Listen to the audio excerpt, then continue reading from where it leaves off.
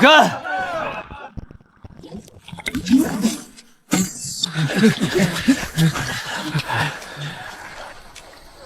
没气儿了，公子，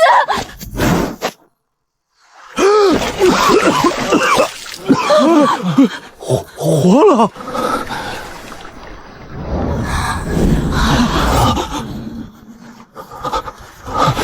公子，快，先送少庄主回去！我不是在喝酒吗？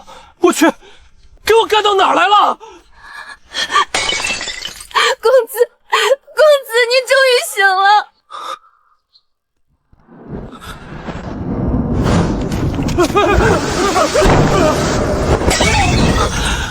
我这是接了个死人，这原主不管事，好吃懒做，脾气还臭，是一个混吃等死的败家公子。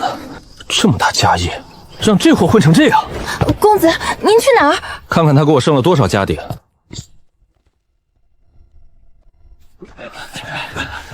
公子，秋收一完，大伙儿就都闲下来了，得等明年开春才播种呢。你说啥？再说一遍。秋收后没活干，开春才种地啊。北方一年就种一季，那秋天到开春，地全空着。冬小麦，秋收后就种下去，明年5月收麦，5月再补种粟米，1块地，1年收2回。我家婉儿真是我的小福星。公子，大白天的别喊这么大声呀！阿大，快去田里把黄渤喊回来，就说我有急事儿。公子，秋天种麦，从没人这么干过。万一入冬全冻死，今年收成可就全搭进去了。再说，就算不冻死，收成好赖谁说得准？误了种粟米的时候，佃农那边也没法交代啊。麦种从家里出，佃农每亩另给50文工钱。明年麦子收了，再分他们1乘粮。要是外苗没能过冬，开春照又种粟米，这损失我承担。黄渤，这事儿成了，往后北方就能1年2生。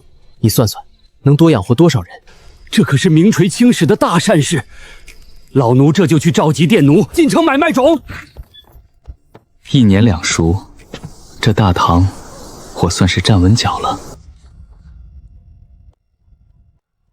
蓝田秦家庄，秋天下地种麦子。回陛下，秦家庄的少庄主朝明说，麦子可在秋日播种，越冬生长，等到明年初夏收成后，再接着补充1季粟米。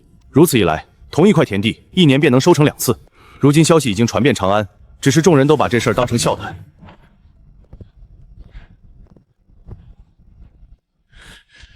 1年2收，朕想召他进宫，当面问问。陛下，这事已经满城皆知，万一召进宫，来年又没成，反倒折了陛下颜面。明日正好休秀，臣办个收粮的粮商去探探他的底，稳妥些。好，朕也许久没出宫了，明日跟你一块儿去。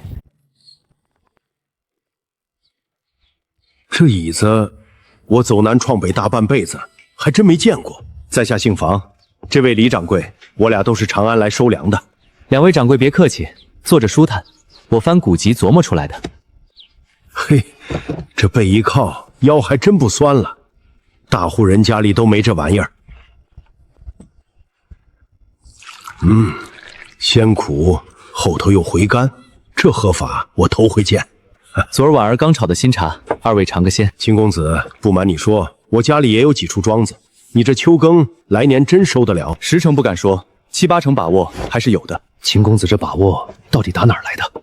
房掌柜种了这么多年地，没留意过，每年麦子割完，地里总落下些种子，这些种子秋天自个儿冒芽，熬过一冬，第2年初夏照样抽穗结麦。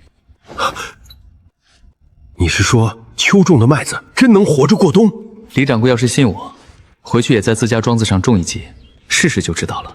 1年2收，这少年真有门道。2位掌柜慢用，饭菜马上就得。秦公子，这秋种的麦子要全冻死了，佃农的工钱不就白搭？你不怕血本无归？怕，可这事我认了。麦子种成了，往后不光我秦家庄，整个北方都能1年2收，多1倍粮食就能多养活1辈人，这叫功在当代，利在千秋。今年不成，明年接着试。好一个功在当代，利在天秋！回去我也让庄子种1季，真成了，我托人替你上书请功。那就借老哥吉言，往后我喊你李老哥、房老哥，成不？哈哈哈，行，那我就叫你一声秦老弟。对了，李老哥，你走南闯北收粮，见的种子多，能不能替我捎些少见的菜种、花种、果种来？我想在庄子上试种。这不难，回头我让人收落些给你送来。公子，饭菜好了，几位先生请去餐厅吧。这鸡皮酥肉香，还带荷叶味儿，我这辈子没吃过这么好的。秦老弟，你对吃食琢磨的这么精，可别荒废了正事。来年考个科举，入朝做官，也好光宗耀祖。老哥好意我领了，不过我没什么大志向，只想安稳过日子，不想当官。你这么重视秋耕，明明是个心系百姓的人，入朝为官，不是更能替百姓办事？还是你与朝中什么人有过节？老哥误会了，我一个百姓，更谈不上与谁有什么过节。当今圣人是难得的明君，说句千古一帝都不为过，我又怎会有所不满？婉儿，把新家具的图纸包上，书房的茶叶也包2包，厨房再拿几只叫花鸡，让2位老哥带回去给嫂夫人尝尝。好嘞，公子。玄灵，这秦明，你瞧着怎么样？可造之才，一句功在千秋，看得出他心怀家国。一个乡下小人能把当年的困局剖得清清楚楚，是真有智慧。当不当官可不是他说了算，朕有的是法子让他就范。朕倒真等着他知道朕身份的那一天。老黄，这30亩地，我要冬天种出青菜来。种菜，公子，大冬天的地都冻硬了。公子，您逗婉儿玩呢吧？没逗你，入了冬，你俩顿顿有鲜菜吃。这叫燕道，外头接个火炉，火一烧，热烟从这头钻到那头，再从烟囱冒出去，棚里就暖了，跟开春一个事。公子这法子打哪儿学来的？前些天做了个梦，梦里一白胡子老神仙专门教的我。那咱屋里也接根燕道，冬天不就暖和啦？我家婉儿脑子快，图纸我画好了，回头交给老黄。可这3面敞着，风一灌还是冷啊。空那面留给太阳，明儿我去长安扯些便宜的透光布蒙上，挡风又透光。这么多棚，布可得花不少钱。等菜种出来，运去长安卖大户，一整个冬天独一份的鲜菜，你说值不值钱？那感情好，这钱赚的。斯是陋室，惟吾德馨。公子，这写的啥意思啊？屋子破点没啥，人有德，屋就香，陋室名。明儿去长安，酒糟得买，酿高度酒能卖钱，伤了还能消毒。护卫队也得攒起来，庄子总得有人守。还有那药王孙思邈，得想法子请到庄上来。公子这字真好看，尤其这句“长风破浪会有时”，婉儿没坐过船，可读着就跟眼前全是大海似的。小丫头，几时学会拍马屁了？人家说真的吗？哼，庄里跟我一般大的姑娘早都嫁人了，婉儿不小了。哦，想嫁人了？瞧上谁了？跟公子说，公子给你备份后嫁妆，风风光光送出门。公子是不是嫌婉儿了？婉儿一天吃1顿就成，衣裳首饰都不要，别赶婉儿走。傻丫头，公子发誓这辈子都不赶你走。方才就随口一句，别哭了。婉儿哪儿都不去，这辈子就跟公子。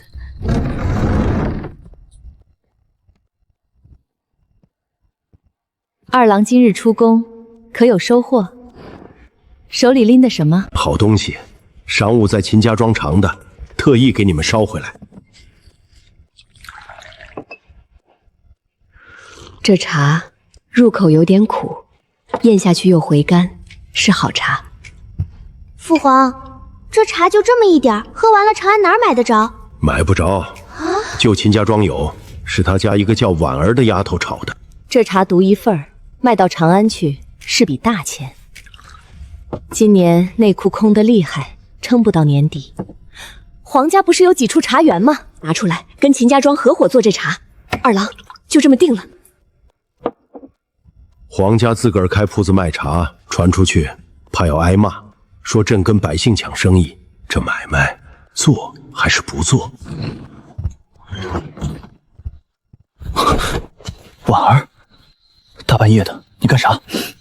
公子，婉儿不想嫁人，也不想离开秦家庄。婉儿只想一直留在公子身边伺候，这样你就不会赶我走了。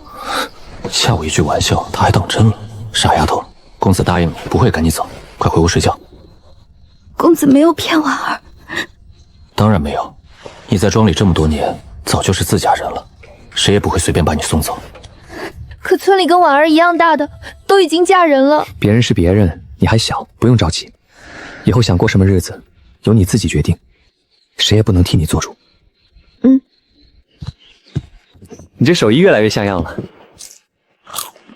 对了，跟了我这么久，你老家哪儿的？姓什么？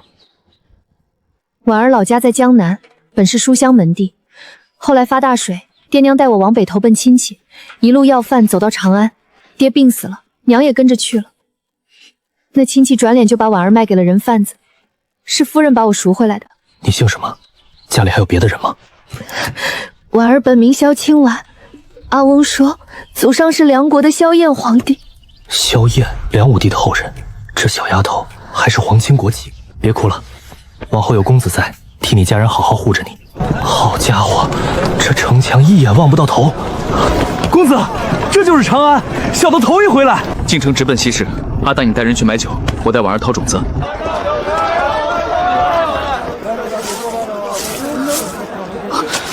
西瓜、葡萄，这两样中原还没有。客人识货，这可是西域来的稀罕货。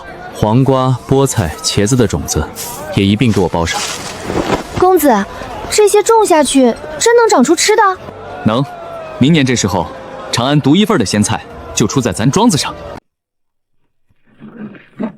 公子，剑南烧春三乐江葡萄酒各100坛，凑够300。酒糟也签了契，明儿一早给送庄上去。干得漂亮！今晚多添几个菜，回去每人赏100文。公子，婉儿头回住在生地房，总觉得门外有动静，心里害怕。今晚能不能留在你屋里？婉儿坐在一边就成。别坐着了，你睡床，我在门边凑合一晚。那怎么成？公子明日还要赶路，若是歇不好，都是婉儿的错。少胡思乱想，出门在外本来就该多留个心眼。这丫头平日胆子不下，到了陌生地方都怕成这样。那公子若是困了，一定要叫醒婉儿。知道了，快睡吧，我守着门。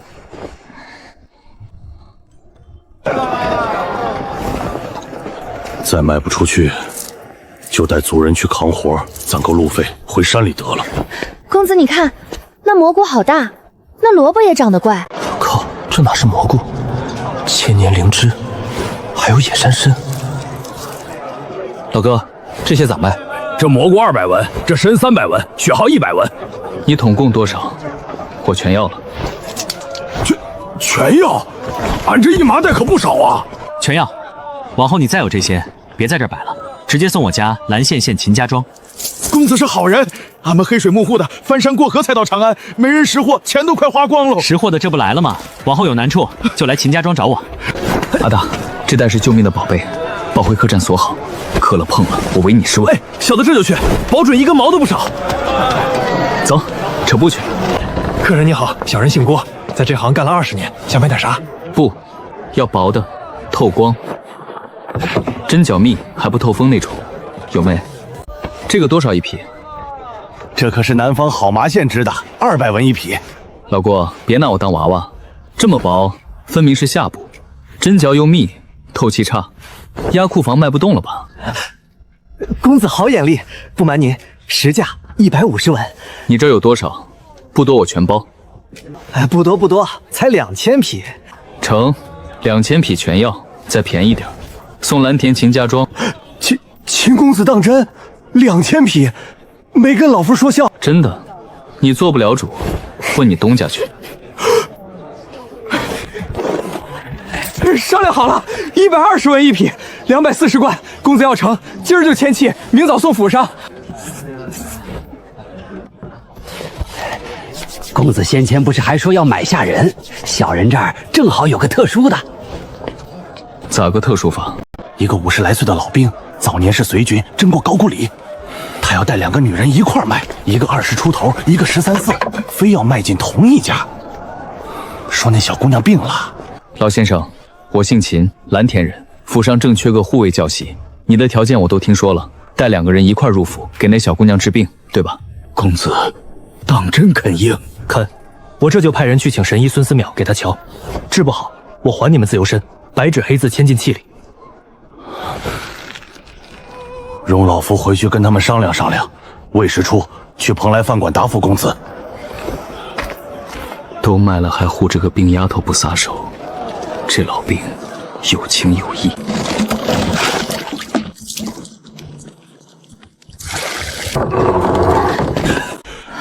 张伯，那事儿有信儿没？有了，夫人。蓝田那位秦公子20来岁，他应了，请神医孙思邈来给小姐瞧病。当真？签契，治不好就还咱们自由身。只是治病这阵子，除了小姐，咱俩都算他府上的人。这条件比我想的强太多。子君的病拖不得了，长安有名的医馆都看遍了。答应他，吃了饭退房。娘，我不同意。你怎么下床了？我这2天好多了，咱们回江东好不好？别为我把自己卖了。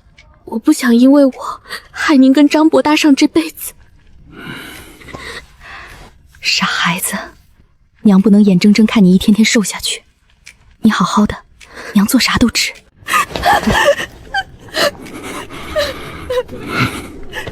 别哭了，外头凉，吃了饭就去。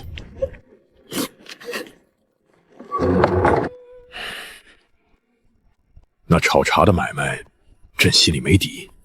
二郎顾虑啥？皇家去做生意传出去，魏征那老匹夫准得参朕一本，说朕跟老百姓抢生意，朕这脸往哪搁？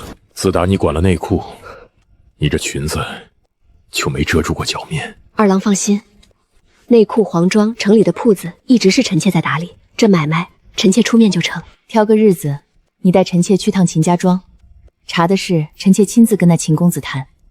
也好，下回一块儿去。儿臣也要去。去，都去。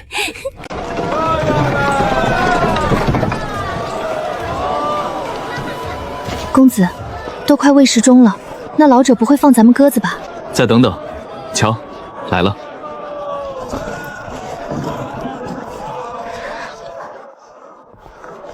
先生，商量妥了，跟我们回秦家庄。是，秦公子。好，有先生帮衬，往后庄子上更太平。放心，应下的事我一准办到。回去就派人寻孙道长。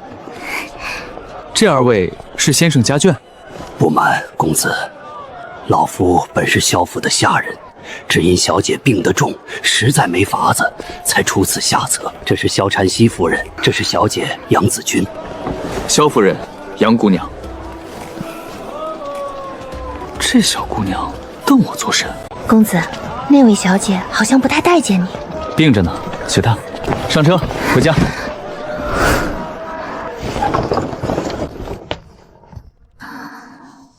这病，我瞧着有数了。公子才进门就瞧出来了。头晕，夜里睡不着，吃不下饭，脸上没点血色，是不是这几样？一样不差。长安的郎中看了大半月才说是血虚。气虚，说白了就是血亏。这病我知道怎么调，不用灌苦药，吃对了东西，慢慢就补回来了。大枣、猪肝、菠菜、瘦肉，每天变着样吃。再给你们一株药，每天切薄薄一片，让它含着。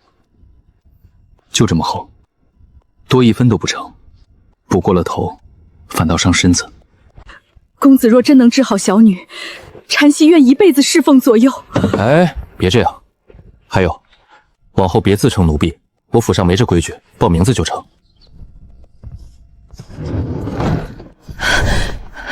娘，这人不是好东西，他那眼神老往您脸上瞄，什么食补，我看就是哄您的。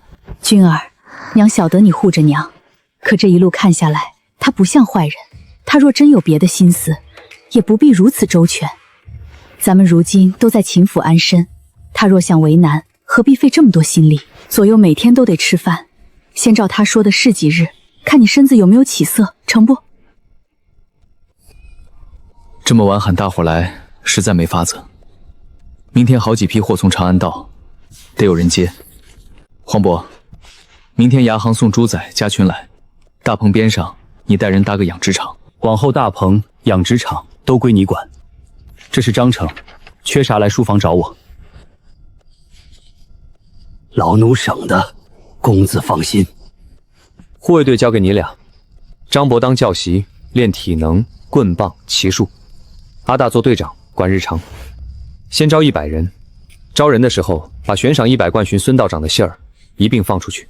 100人，小的一定给公子练出个样来。禅曦，你针线活如何？还成，子君的衣裳一向是我做。那好，明天送来2000匹布帛，你张罗府里会针线的下人，把布一匹匹缝拢，做多少缝成啥样，纸上都写了。人手不够，找黄渤配。2000匹布，他是在掂我能不能担事。我尽力办好。公子，那我呢？你的事最多，裱字、打家具、盯厨房送子君的食补，还有去库房取那株人参，给他们送去。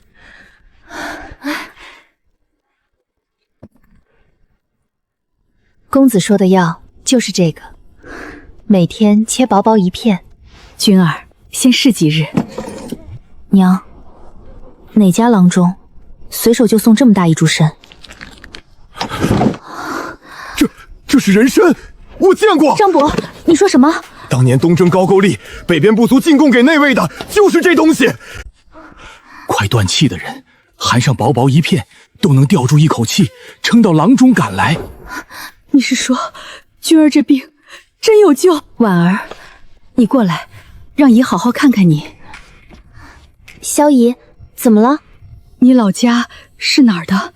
江南呀，小时候闹水灾才逃来长安的。你爹娘呢？你爹叫什么名字？爹娘4年前就没了。我爹叫萧兴邦。萧兴邦？那你阿翁是不是叫萧寻？是。萧姨，你怎么知道我阿翁的名字？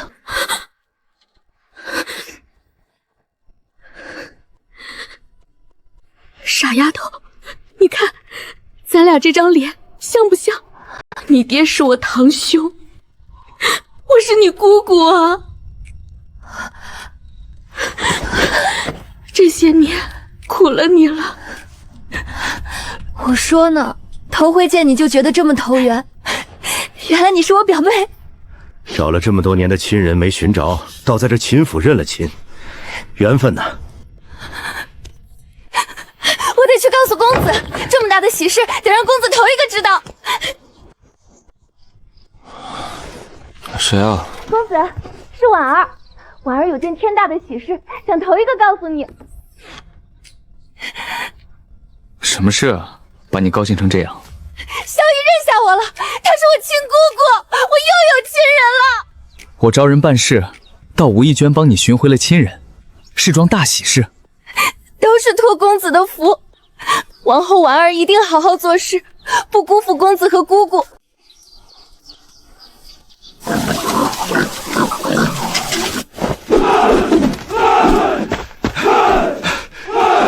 公子，护卫队招满100人了，要多少，小的就练出多少。成了，往后这庄子要热闹起来了。3天。公子说的哪个3天？冯大鹏那批顶部，我原本给你算5、6天，你带人3天就干完了。从今天起，秦府内务你管。我？公子，我才进府半个月。我用人不看进府多久，就看这双手能不能办事。姑姑当上管家啦，那往后我得改口喊萧管家喽。公子放心，这府里的事我一件都不让您操心。我信你，不过还有件更要紧的活得压你头上。天一天比一天冷，这衣裳你照图做。这夹层里填的是什么？鸭绒、鹅绒，2层布中间塞满，缝严实了，比棉袄还暖。我管它叫羽绒服。鸭毛、鹅毛也能御寒？穿上就知道。绒毛你找黄渤要，我回头跟他打招呼。样式多做几款，大人小孩的都要。做好了，你和婉儿一人先留一件，剩下的搁我房里。做的物件，哪回不顶用？我可等着穿了。这天一寒，冻着的可不止咱们庄子里这几口人。10万流民，10天天后就到长安地界。陛下，10万人涌进来，眼下4道坎住哪儿？吃什么？怎么熬过这寒冬？还有治安。段林说能搭房舍安置。戴沐，钱呢？陛下，今年赋税还没收上来，国库早见了底。别说给工部拨款，连让流民吃口热饭的钱，户部都拿不出来。往年一闹流民，梁上就哄抬粮价，这回10万人，真要出乱子了。陛下，下次朝会，臣愿先拿出一份钱粮，再请满朝文武与长安各家量力校助，共同安置这些百姓。孙家家资丰厚，自然尚能承担。咱们这些人恐怕难以拿出那么多。府级有心了，奏折写好，明日朝会呈上来。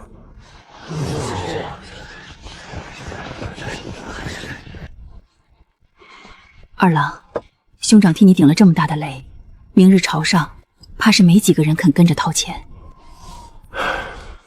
这也是没法子，国库是真空了。臣妾刚清点过内库，还剩2万贯，年底把宫里的开销紧一紧，能匀出1万贯。明日朝会就拿皇家这1万贯打头，咱们都带了头，看谁还好意思揣着钱装聋。陛下，10万流民就要涌到长安了，臣这几宿都没合过眼，臣捐2000贯赈灾。老狐狸，这么不要脸的话你也说得出口？好个辅机！臣子都有这份心，朕这皇帝更得带头。朕从内库拿1万贯赈灾。合着陛下跟长孙老贼串通好了，给咱们下套，不捐就是乱臣贼子。陛下，臣家里不比赵国红做铁器买卖那么阔，可臣回去就卖了婆娘的首饰，也凑1000贯。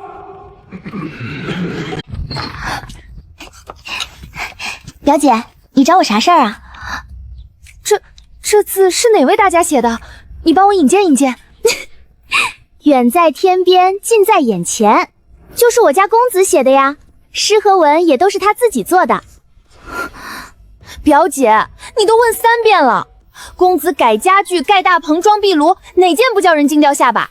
你这病好的这么快，还不是公子拿人参定食谱换来的？你咋就总不信他呢？是表姐以小人之心多了君子之腹，往后我信秦公子。走，陪你去河边透透气。你瞧，都入秋了，这麦苗还绿油油一片，明年开夏真能收一茬，1年2书就成了。这孩子年纪轻轻，不声不响就把这么大的事办成了。爹，子儿饿了，崇明哥哥有没有好吃的呀？婉儿姑娘，你家公子在家不？我又来叨扰他了。李先生，您可算来了，公子前阵子还念叨您呢，快，我领您进府。贤侄，这字受尽灵动，自成一家，你从哪位大家手里求来的？还有这诗，读着像是专给我写的。李叔过奖，这诗和字都是小侄闲时自己胡乱写的。启明哥哥，你也太厉害了，这字比励志写的好看多了，能送我一幅不？成，回头把陋室铭给你抄一份。李叔，您年长我10几岁，膝下女儿都快赶上我了，这声老哥小南可再不敢叫，往后我喊您李叔婶婶。贤侄，叔硬着脸能讨一幅走不？叔喜欢，小侄这就重写。婉儿磨案，子君你来铺纸。此子，我竟一日比一日看不透。贤侄，今儿来一是蹭顿饭，二嘛有笔大买卖，想拉你入伙。婶婶家有几处茶园，长安也有铺子，这炒茶咱俩合伙做，成不成？婶婶这茶，往后能带起整个大唐喝茶的风气。哦，口气不小啊。钱要赚，可有句话得先问清，咱是只做顶尖那波人的买卖，还是3、6、9等通吃？人分3档，高端是皇室、大臣、世家顶尖商人，中端寻常富户，低端平头百姓。那你要做哪档？只做长安高端。这手艺就我一家会，一斤能卖800文到1块。如今顶好的茶1斤才1贯，头2年1年稳赚50万贯往上。只有你会，干嘛挣够10万贯就把手艺卖出去，留着不挣更多？婶婶，钱再多也没命重要。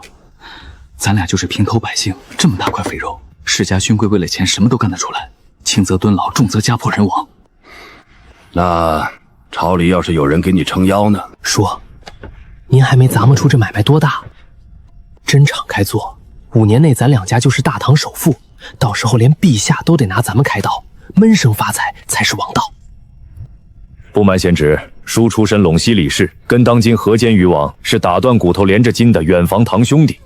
就您这出身，这谈吐，居然没在朝里混个一官半职？叔就懂点做买卖，朝堂上那些大事不精通。既然叔有这层关系，这买卖能做。生意分10股，河东郡王1股，皇家白送2股。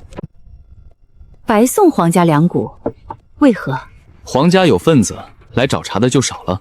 再说，平头老姓能喝上跟陛下一样的茶，您说这生意得多火？这2股是替咱打招牌，剩下7股，我占4，婶婶占3。往后铺子的事，我让萧管家去长安打理。齐明哥哥，屋里没炭盆，怎么能暖得和开春似的？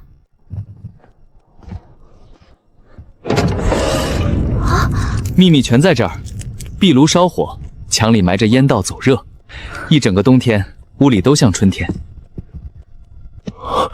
贤侄，你婶婶怕冷，一到冬天就犯老毛病。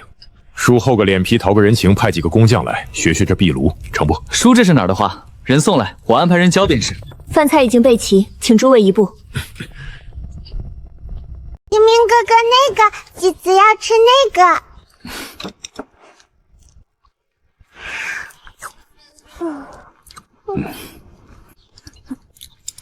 齐明哥哥对世子最好啦。你这丫头胃口吃的把自己都搭进去了。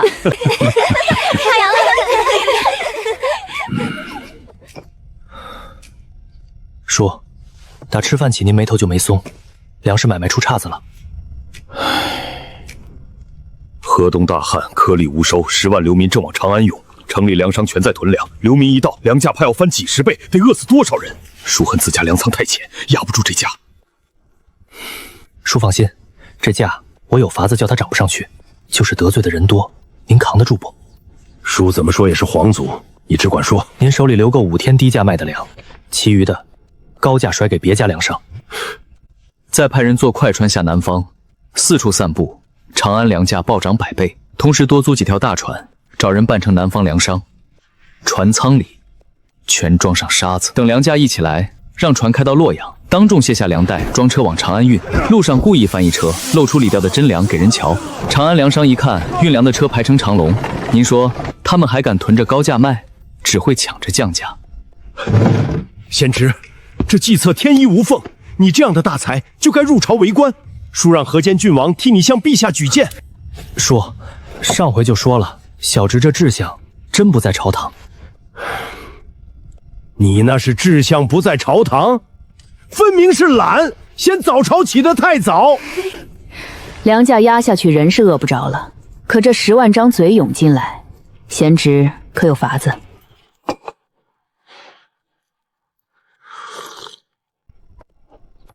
安置10万流民的法子我有，不过丑话说前头。贤侄你说，这主意说出去，你俩得咬死是自己想的，功劳归你们，我不露脸。叔答应，婶婶也答应。齐明哥哥，到底啥法子嘛？4个字，以工代赈。咱这炒茶不是要盖工坊招工人吗？就招流民，管饭给钱，让他们干活。那朝廷呢？一个理儿，朝廷招流民去修水坝、造兵器，一样管饭发钱。开春了，愿留愿走随他们。这么一来，流民就不是白吃饭的累赘了，反倒成了大唐的劳力。妙啊！我怎么就没往这上头想？法子是好，可这10万人的工钱得多少？国库眼下空得叮当响，公子，能不能让长安城里有钱的人家掏点给朝廷？对，就这么办。光叫大臣捐没用，真有钱的是那些世家门阀、关陇贵族。您跟朝廷提一句，在长安立一块石碑，谁捐了钱，名字、数目全给刻上去。他们最要脸，为家族千年的名声，捐也得捐，不捐也得捐。贤侄，这招损是损了点儿，可对朝廷半点坏处没有。二郎，别耽搁了，咱这就回长安找河间郡王。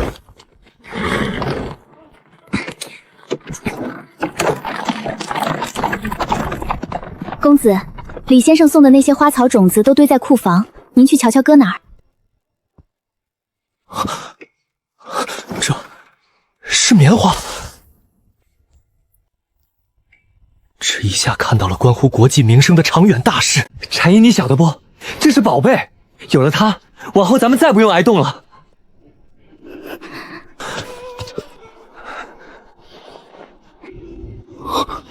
回眸一笑百媚生，6宫粉黛无颜色。你说公子这脑子咋长的？主意一个接一个。表姐，你不会是看上公子了吧？死丫头胡说啥？我就是好奇。脸都比灯笼红了，嘴还硬。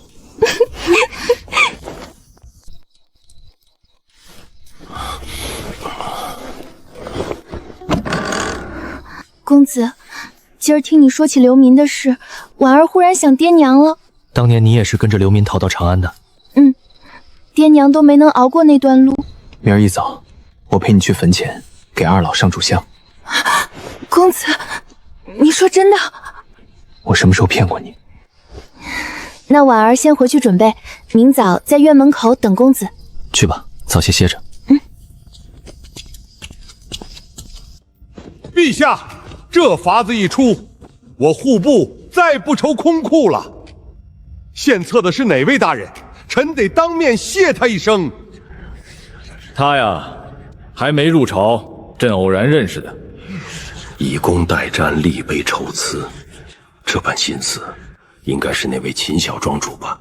陛下，这小子有宰辅之才，让他入朝磨上几年，大唐又添一位良臣。得想个法子，把这小子绑到朕的朝堂上。河间郡王那边谈妥了，3000贯份子钱，他一口就应了。后天去长安铺子签契。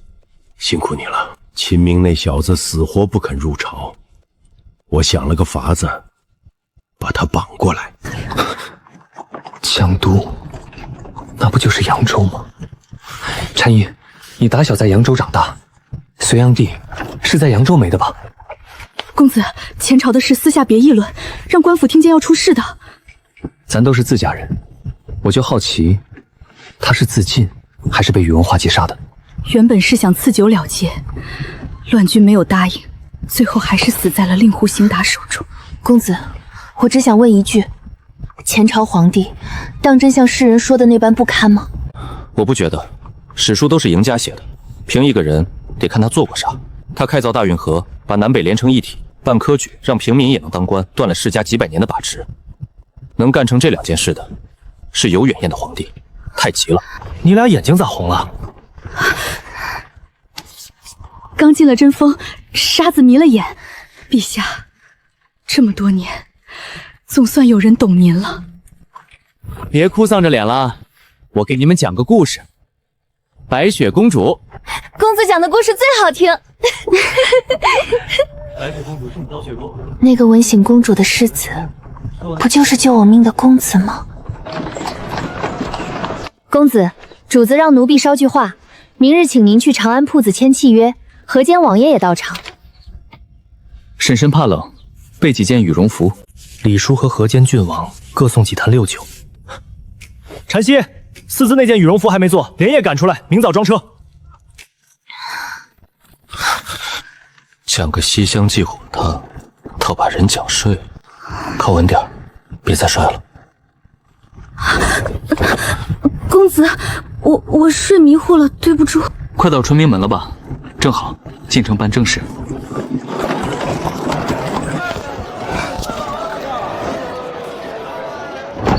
西梦楼，草民拜见河间郡王。立功得碑，以功代朕，都是你小子出的主意。李伯伯，小侄瞎琢磨的。别郡王的，太见外。往后就叫李伯伯。1楼卖炒茶，2楼待客，3楼开工坊。改造图纸你画好，派人送来，匠人我来安排。炒茶的账往后交禅溪管，婶婶李伯伯也更派个人来对账。我让励志和月禅每月初1、15过来对。那我让仙晶来，正好姐妹们多走动走动。婶婶不是怕冷吗？我让府里赶了2件暖和衣裳，您和丽静1人1件。这么薄，能顶事儿？您进屋穿上试试就知道了。神了，比皮丛还暖，还这么轻巧。贤侄也给伯伯来几件，这得100只鹅的绒毛才凑1件，赶不出来。那能不能多做些，大伙儿都能穿的那种？这叫棉花，填进衣裳一样暖和，就差那么一丁点儿。可它能大片大片的种，来年开春撒下去，买点种子就成。贤侄，这话当真？5到10年，让北边的百姓再不怕过冬。这事太大，婶婶得马上进宫。棉花打哪儿来的？我一找着，全给你送装上去。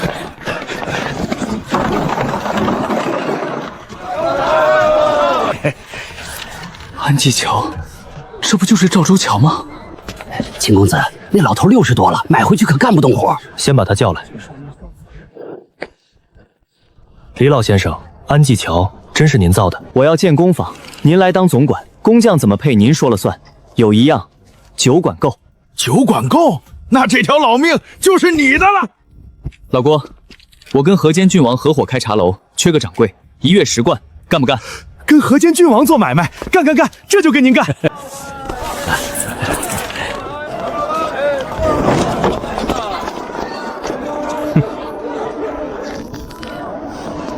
睁大眼瞧清楚，我家公子姓长孙，赵国公府2公子，识相点儿，把你身边这俩女人交出来。这是长安，别冲动。2公子，这俩是我家眷，9都的姑娘您随便挑，今晚全包我请。本公子看上的就是你这俩，交还是不交？2公子，您这话当真？废话，不交。你今天甭想走出长安城。哟，我当是谁？长孙2公子啊！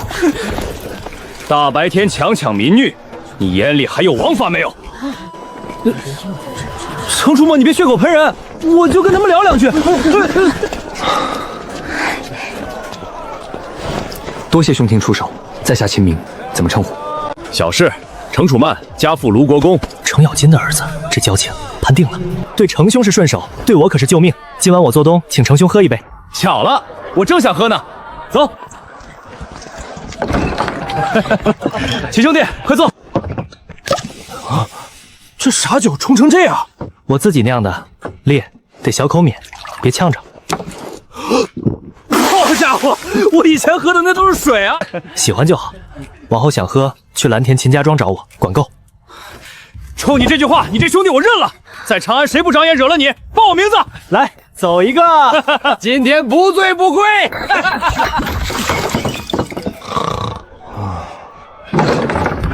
你别动，这是我的。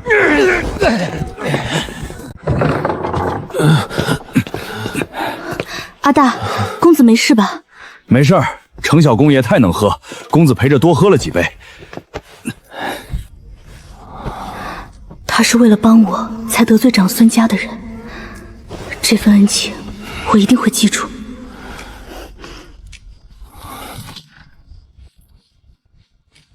这么薄一件，怎么穿上就合冒汗了？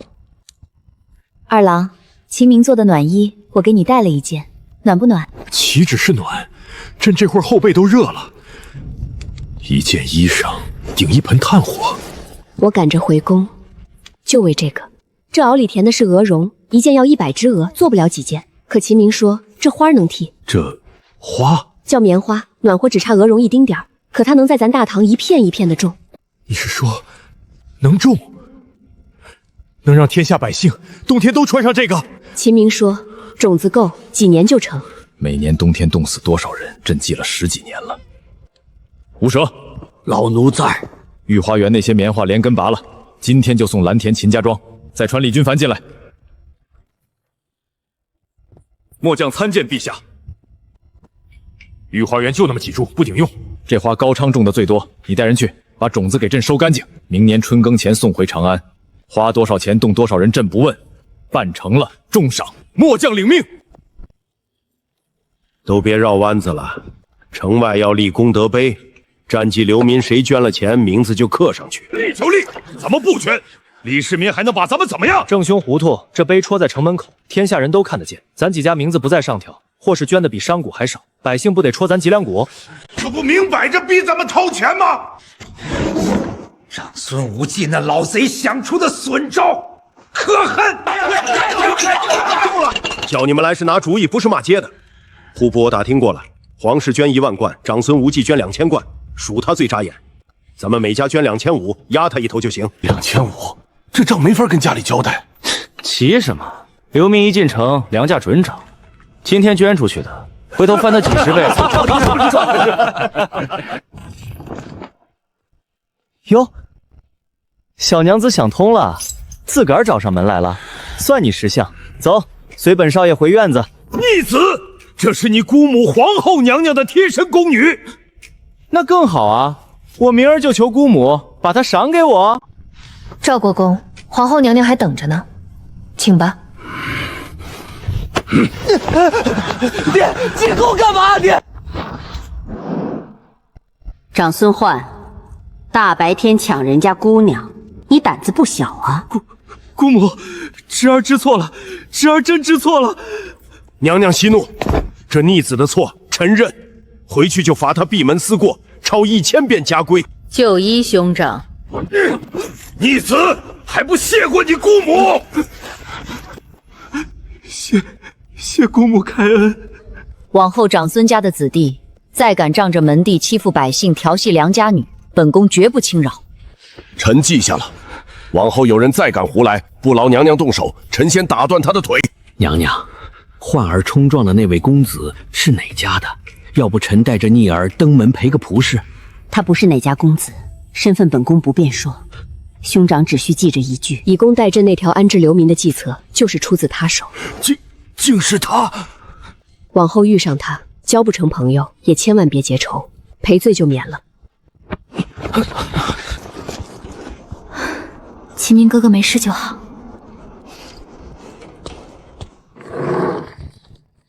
吴姐可算回来了，今晚夕瑶陪你睡，你给我讲讲宫外的稀罕事儿。山不在高，有仙则名；水不在深，有龙则灵。贞观5年10月18，秦明赠荔枝妹妹。你连落款也念得作甚。吴姐，你脸怎么这么红？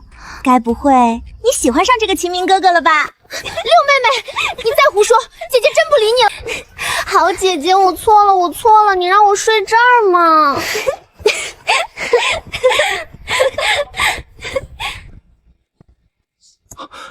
这身衣裳穿你身上可真俊。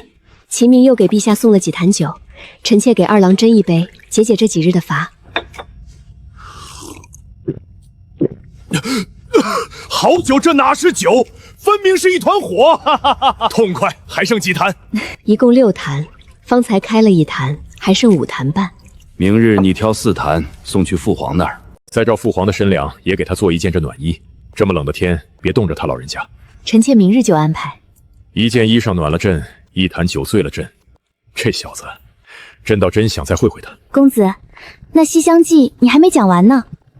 想听可以，先付报酬。秦大，外头闹啥呢？少爷，户部把昨儿各家捐的数目贴城门口了，百姓这比谁家捐的多。皇家1万贯最多，往下柏林崔氏5000贯，清河崔氏4000贯。公子，功德碑还没立，官府干嘛提前把数目贴出来？这就是他们精明的地方了。碑一刻上字，各家排名就定死了，谁也改不了。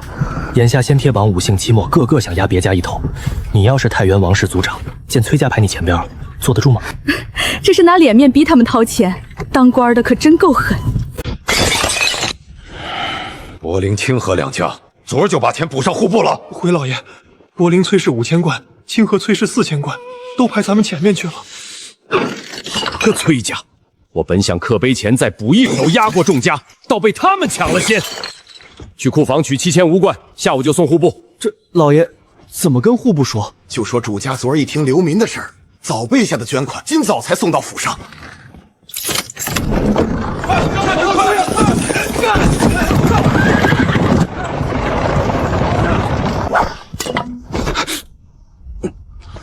逆子，有那么好的酒，不知道孝敬老子，自个儿喝断了片儿。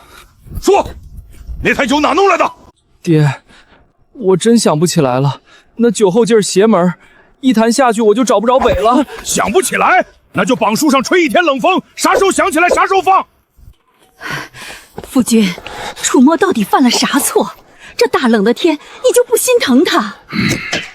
我不是罚他，是气他误了大事。夫人，你不知道，昨晚那半坛酒比咱家作坊酿的强了10倍。我活这么大岁数，头回喝上这么好的酒。这2年咱家酿酒作坊被西域那三乐江压得死死的，一个月比一个月挣得少。我寻思把酿着酒的人找来合伙卖他的酒，府里也能多份进项。偏这逆子喝糊涂了，连人家住哪儿都给忘了。那你把他绑树上，他也想不起来啊。让他去昨儿喝酒的地方碰碰，兴许能撞见人呢。还是夫人脑子灵光，赶紧去办正事儿。去，找不着那酿酒的，就别回来见我。亲兄弟啊，你可让我一顿好找。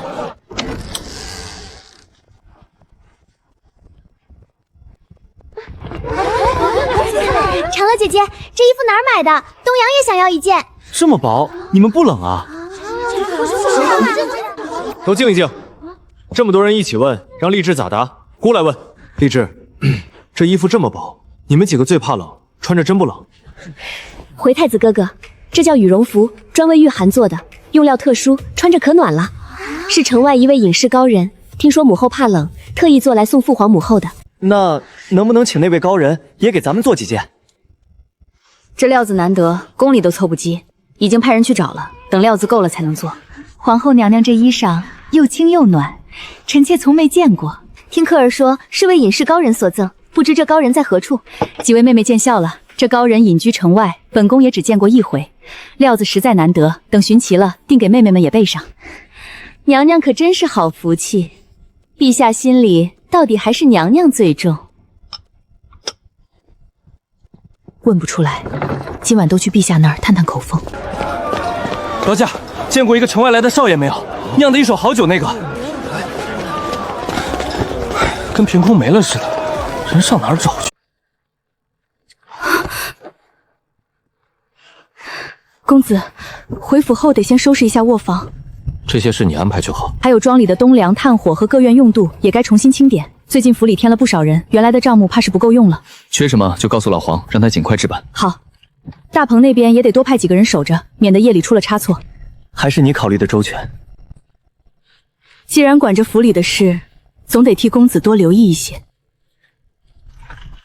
公子和姑姑回来了。好了好了，公子这不是平安回来了吗？我就是照着公子平日的样子办。下人、工匠送来的鹅，你全安排妥了？河间郡王府送的3000贯入了库，300只鹅送去养殖场了。咱们今晚能独当一面了。就朕一人暖和。陛下，房玄龄、戴耀2位大人在殿外求见。陛下大喜，长安捐款破了10河崔氏，5宿期望，各家又补捐1万。当真？这帮老狐狸也肯掏钱了。今日午时排着队到户部补的，谁也不敢少。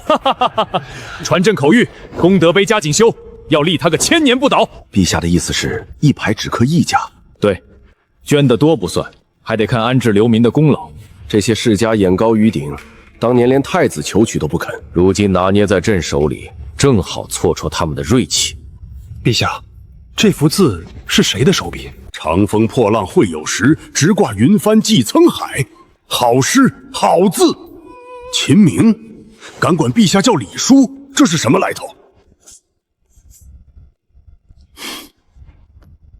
光有钱，在这大唐还是不够。长孙焕当街拔刀抢人那回，我到现在还记着。得让黄渤烧些硫磺消食回来。火药先备着，新府里挖密室，留逃生道。真到那天，我护得住禅祥和清婉他们。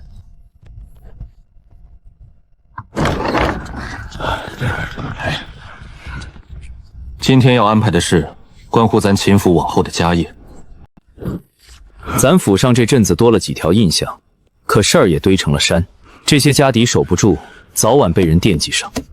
今天我把它分到你们头上。公子连我这刚进门的都算上了。黄渤，大棚菜还有几天熟？回公子，头5个棚5天就能收，剩下的再等10天。好，你带张博去长安东市盘一家铺子，就叫华夏蔬菜铺，卖咱的菜，养殖场的蛋。张博，你带护卫队雅运，记牢一条，别让外人查出这菜是秦家庄出去的。这是为啥？冬天能出菜，这本事漏出去就是祸，就当练一手反侦查，各小队轮着送。李将师，往后府里的工匠都归你管。这是茶叶工坊的图，就建在养殖场旁边。这画的比营造司的还细。府库账目大小开销，往后都归禅溪管，要钱找他领。清婉管大棚养殖，工坊的账也归你。禅溪记下了。公子放心，婉儿准管好。成了，都去忙吧。秦大，你留下，别绷着，就跟你唠2句家常。你来府上几年了？小的记不清了，反正打记事起就跟着公子。明年该25了吧？有中意的姑娘没？有，可他爹妈嫌我是个奴籍。是庄上张家那闺女吧？公子你连这都晓得？拿着，明天去县衙把奴籍消了。公子，小的死也不离秦府。起来，谁让你走了？脱了奴籍，你才好去张家提亲。明天我让黄渤请个媒婆，聘礼府上给你出。小的这条命就是秦家的了。少说这些，我还有正事，护卫队扩到240人，从流民里挑。240？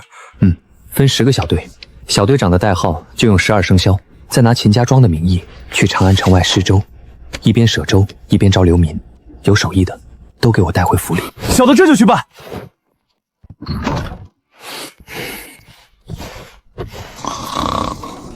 娘亲赶衣裳，表妹管厨房，就我一个闲人。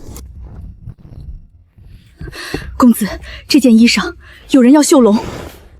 绣龙？谁点的样子？月禅，按他身量才，偏要绣龙，这露出去是要掉脑袋的。一个丫鬟敢碰龙纹？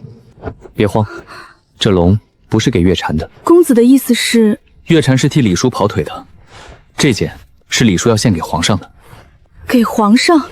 那按月禅身量做，不是小了？皇上个头也就那样，凑合能穿。这是你五言事，多给秀娘塞点赏钱，叫她把嘴闭牢。我跟他说过了，月乔也一直盯着呢。那就成。对了，李叔送来的棉花种子收好没？都抠出来了，跟先前那些各一处。种子是明年的命根子，看牢。剩下这些白团也别扔。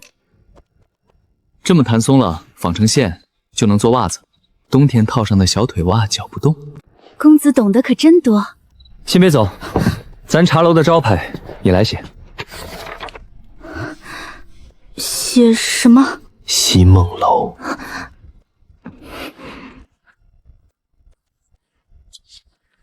好字。等这楼火遍长安，你晓得我为何取这个名字吗？西梦楼里的西字取自你的名字，这座楼能有今日，少不了你的心血。往后我也希望你能留在秦府，继续同我一起把西梦楼经营好。公子，饭菜已经热好啦。公子若没有别的吩咐，我便先回去了。明日下午诗时，带子君来书房，我教你们一套新的记账法。多谢公子。请我知道大小礼就好了。夫人，长安那趟可还顺当？张伯，这些年我跟子君早拿你当亲人，有些事我得跟你说。西市那天，长孙家二公子拦路要抢我，是秦明当场护下我，为这个得罪了权贵。那小畜生敢动你！张伯，还有一件事，方才公子同我说，西梦楼里的西字是取自我的名字，他还希望我留在秦府，往后继续同他一起把西梦楼经营好。这些年你什么事都自己扛着，如今有人真心看中你的本事，愿意让你留下，这是好事。你交代老夫押送去长安的那几10车东西，明日一早便启程。绝不会耽误西梦楼开张。有劳张伯。西梦楼里也有我的一份心血。这大冷的天，哪来的青菜？秦公子，这一整堆全是菜。2车给你家主子捎去，剩下的运长安开铺子。冬天种出来的，不然呢？地里长的。公子，急怪报一声，登完先去洗澡，换身干净衣裳。是。又是河东逃过来的，几百里路就靠一口气撑着。力气壮的去工地，年纪小的去养殖场，妇人进后勤和纺织队，都有口饭吃。公子，这几个娃，爹娘全没了，问啥都不吭。别问了，明儿起天不亮我带他们跑步。当年秦始皇扫平6国，就靠一股不服输的劲儿。先让他们有事做，痛才熬得过去。公子，忙一天了，该歇了，明儿还得早起呢。咱婉儿越来越像个小管家婆了。婉儿就是心疼您，傍晚您都累得趴桌上睡着了。幸好带了娘娘的令牌，不然这几十车菜进城够折腾。月蝉，这些长布条是啥？回公主，这是秦公子用棉花做的袜子，冬天穿着暖和。母后，这袜子暖和极了，过膝还不勒脚。这暖意，秦明这孩子还藏着多少能耐？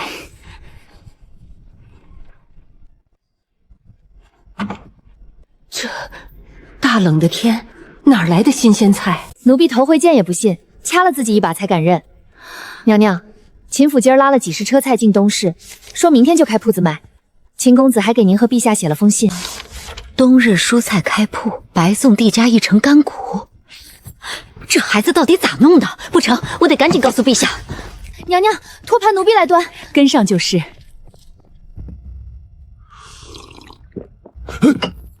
这么冷的天，你咋过来了？二郎，你瞧这是啥？白菜，这节气哪儿弄来的？秦明种的，大冬天地里长出来的，明儿就在东市开铺子卖。冬天种出菜来？不光菜，他拿棉花做了袜子，可暖和了。铺子还白送咱家1成干谷。这小子真是个人才，他既能冬天种菜，那庄子上那片冬麦，你是说秋种冬麦，8成真能熬到明年5月熟，真成了1年就收2季粮。无蛇，拿朕的令牌去城门卫所，往后华夏蔬菜铺的车队一律免检放行。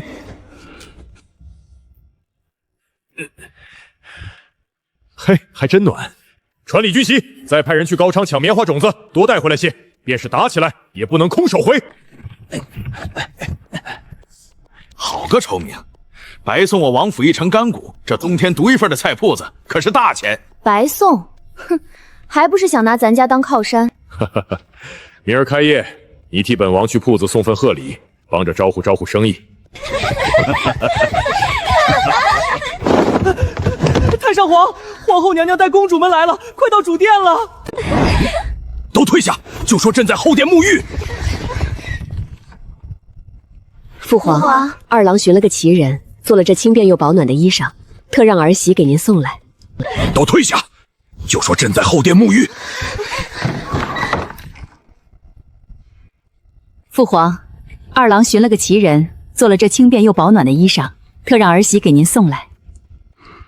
皇爷爷快穿，秦明哥哥做的可暖啦。比朕那龙袍还暖。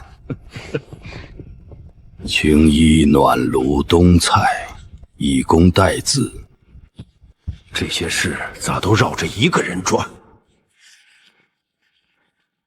宗武，臣在。去查一个叫秦明的，这些奇事是不是都出自他手？遵命。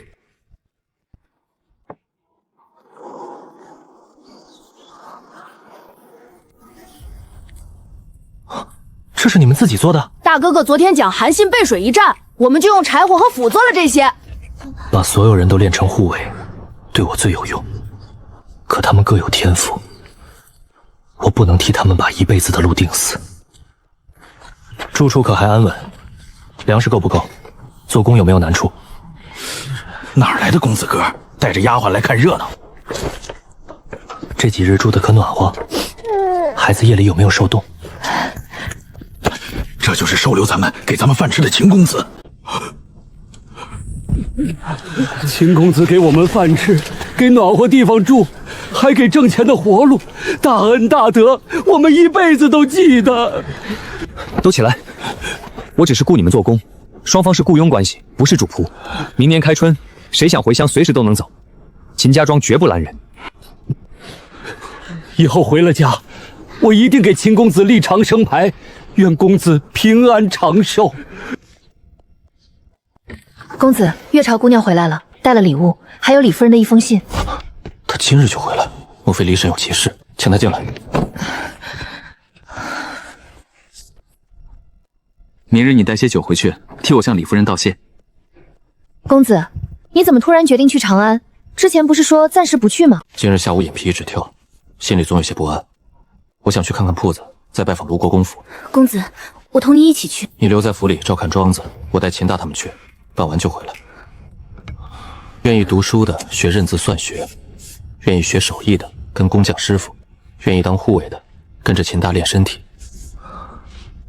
为什么不建一所后世那样的学校，让他们按天赋和意愿选学科？认字是根基，所有人都要学，以后再按各自所长分流。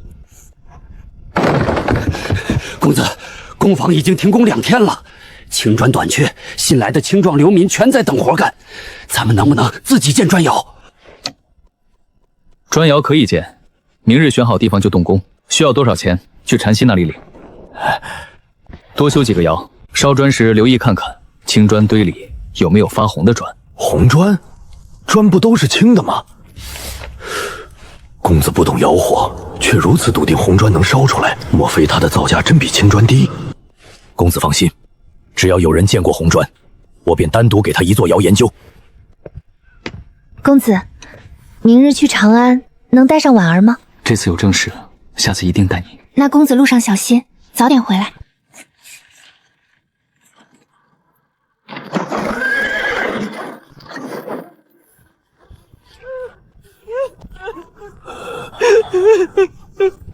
公子，是流民，老人家怕是撑不住了，先给老人家喝些水。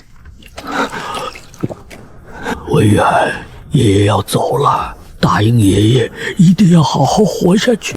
孙儿答应您，爷爷，长安马上就到了，您再坚持一下。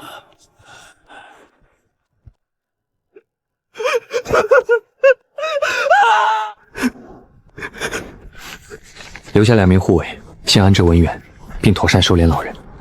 告诉文远，进了长安若无去处，就随我们回秦家庄。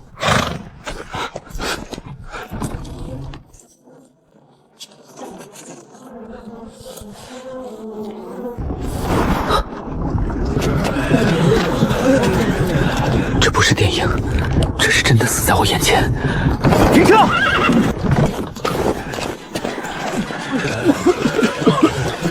去看看那队人在干什么。公子，那队人在排队等官府派活，是以工代赈。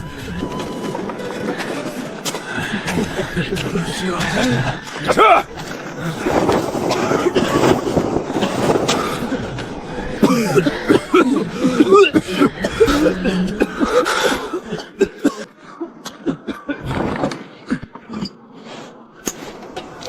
青壮都去做工了，留下的全是老弱病残，吃不饱，免疫力垮了，受了风寒，还全挤在不透气的帐篷里。秦公子，朝廷安排的挺好的，怎么您的脸色……哪里好了？这么安置，跟草菅人命有什么区别？秦公子，慎言。慎言？照这样下去，长安要出大乱子。您是说聚集地的安置有问题？病人和没病的挤在一起，早晚要引发疫病。这些人再去长安各处做工，疫病一传开，要死很多人。月禅姑娘，我不是大夫，治不了病，但我有办法减缓疫病传播。你立刻回去，把这事告诉李叔、李婶儿。我会在东市西梦楼等消息。若李叔愿意见我，我当面说明。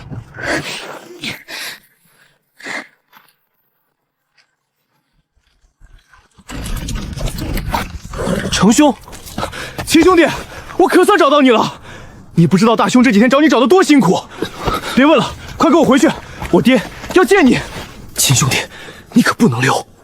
我爹交代死了，把你带回卢国公府，办不成我又得被吊起来打。程兄，我下午自会带礼物登门，眼下还有要紧事，得去趟东市。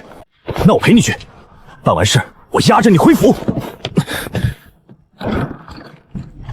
秦兄弟，你这件衣服是不是很轻，很暖和？程兄怎么知道？我说呢，你这衣服样式跟陛下那件宝衣一模一样，就颜色浅了点儿。宝衣？什么宝衣？宫里都传开了，说陛下和皇后在宫外遇到一位得道高人，那高人耗尽多年修为，炼了几件宝衣，轻薄暖和，还能护主。如今宫里除了陛下、皇后，就几位嫡出公主有，连太子都没有。我在甘露殿当值，亲眼见过陛下那件墨青色的，跟你这件一个样。李二的衣服像我的，还能说是越朝送去的龙纹羽绒服？可皇后、公主都穿上了，李叔总不能抢李婶的衣服送进宫吧？我认识河间郡王，流民安置之法。李叔，就是当今天子李世民，李婶是长孙皇后，那个老房不会是房玄龄吧？我当着李二的面说他好人妻，这算不算秋后算账？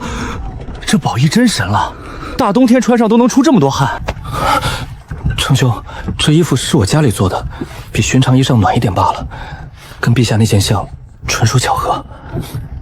真不是高人所赠，真不是。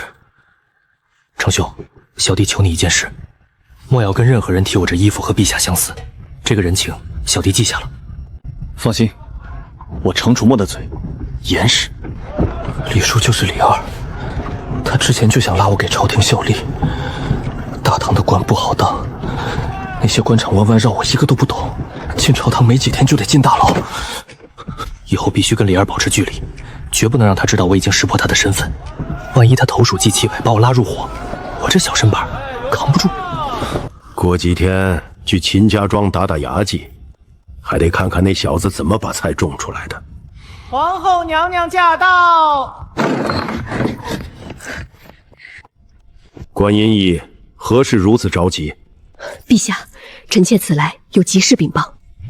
月蝉，把你刚才说的再对陛下说一遍。陛下，今日奴婢随秦公子前往长安，路过流民聚集地，金公子进去看过，出来时脸色极难看。他说聚集地有问题，若不解决，很容易引发疫病。他可说了哪里有问题？秦公子说他有办法缓解，正在东市西梦楼等消息，愿当面把办法说明。百悉私查过，秦明从没学过医术，若真有疫病之兆，来禀报的该是朝廷的医药博士，而不是一个没学过医的青年。观音如，秦明说的这事你怎么看？臣妾以为，此事宁可信其有，不可信其无。若他说的是真的，后果不堪设想。何况秦明这孩子不是个信口开河的人。陛下不如带上几位医药博士亲自去见他，让懂医的人当场判断他的话究竟可不可信。妙，再叫上玄灵和辅基一同去会会这小子，真伪当场辨知。朕借之策与这个年轻人以工代赈的法子，竟是这个年轻人提出来的。前些天我那二儿子长孙焕得罪的年轻人，怕就是他。我倒要看看这小子有什么本事，能让陛下和妹妹如此看重。能当皇帝的都多疑，只凭一面之词，他绝不会信。有了，孙思邈，我打着孙道长的名号，看他信不信。名人效应，这一关得靠一个还没来长安的神医撑过去。李叔明鉴，风寒咳嗽不过是寻常小病，有医师有药皆可医治。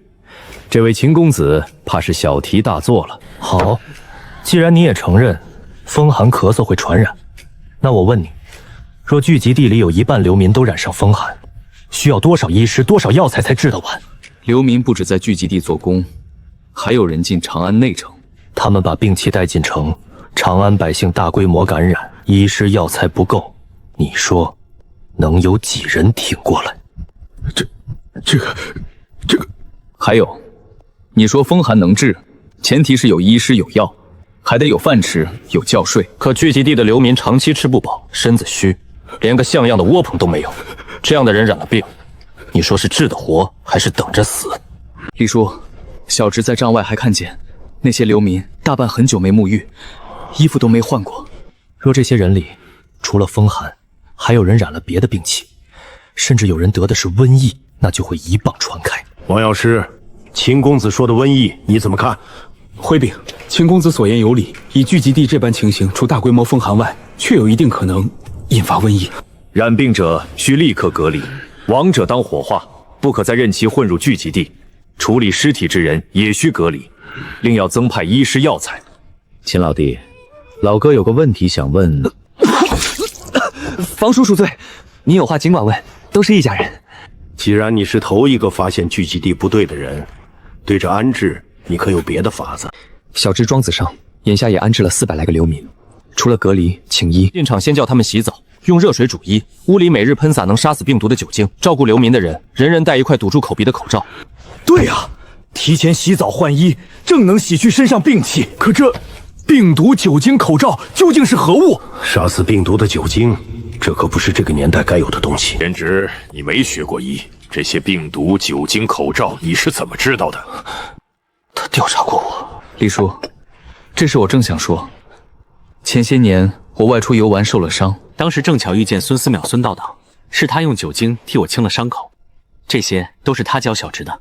妙应真人，原来如此，原来这一切都说得通了。秦公子，你庄子上用酒精消毒，这酒精作价几何？可是你自己做的？果然能跟在李儿身边的没一个简单的。10坛普通酒经我府上工艺出1坛酒精，朝廷若为救流民采购，我可按11坛普通酒抵1坛酒精，跟朝廷换。这酒精怎么用？用量大不大？喷洒或用毛巾沾着擦地面家具即可。这样一间屋子1天擦3次，1坛酒能用10几天。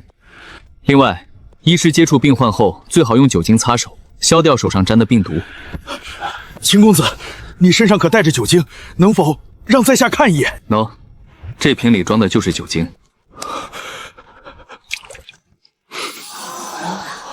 朕还是小看了这小子。贤侄，你这次又帮了朝廷的大忙，叔替朝廷，替城外百姓，谢谢你。多谢秦公子。叔，你们别这样，小侄只是做了大唐子民该做的事。对了，口罩的样式我也画出来了，叔您找人做一些。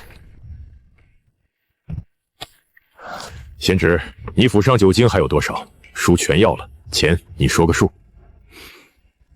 家里存着50坛，明天我让人运到西梦楼，您安排人来取。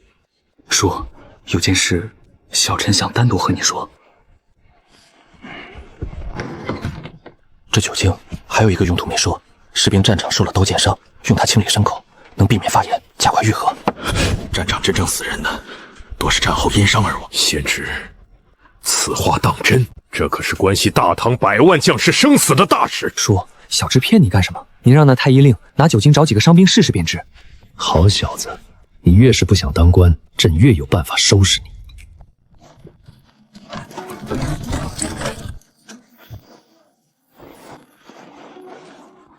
50万1斤，是不是定太高了？滞销了。公子，您可来了。秦大，生意不好吗？不好，公子，一上午的菜全卖光了。这2天铺子里最少运了上万斤菜，这就卖完了。50刚过，2万斤菜、鸡蛋全空了。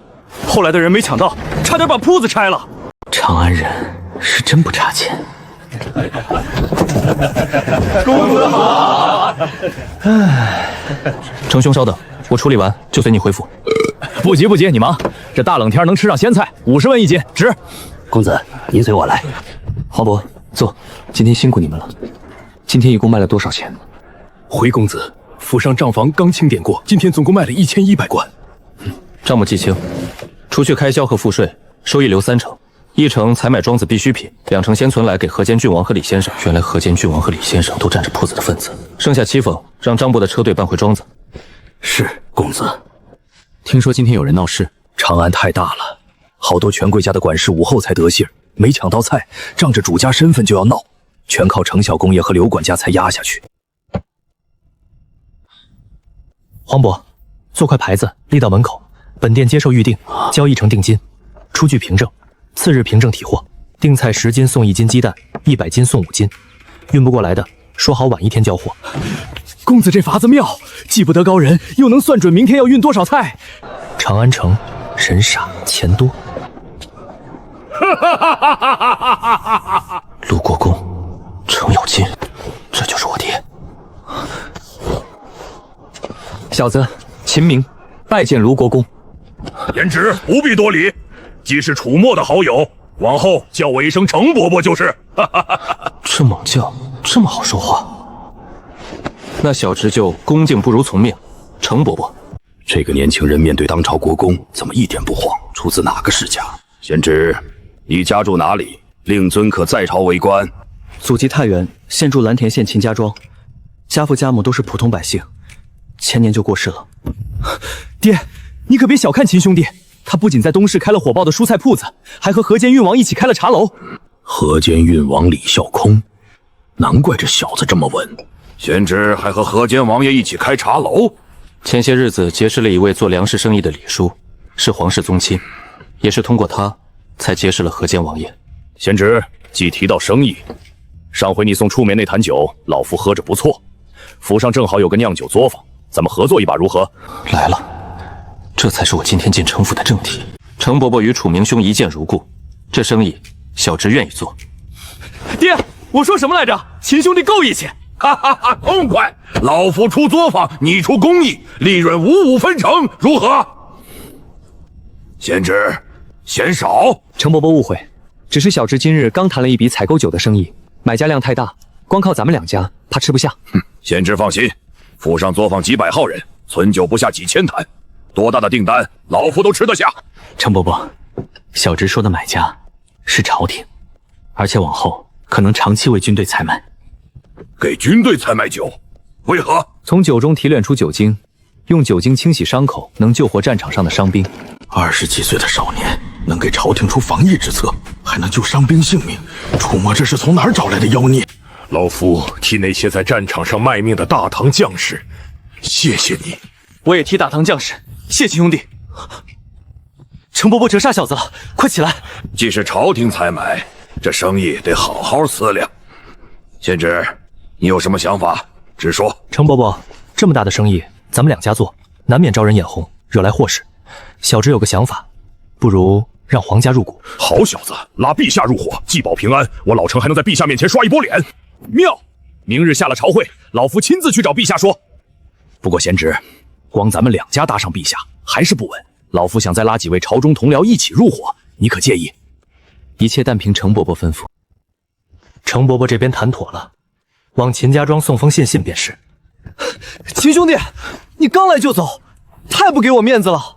今天说什么也得吃了晚宴才准走。哼，傅墨说的对，你小子送来的礼里有上回那种烈酒，今天不陪程伯伯喝几杯，谁也别想走。上次喝醉穿越，这次喝醉可别再出事。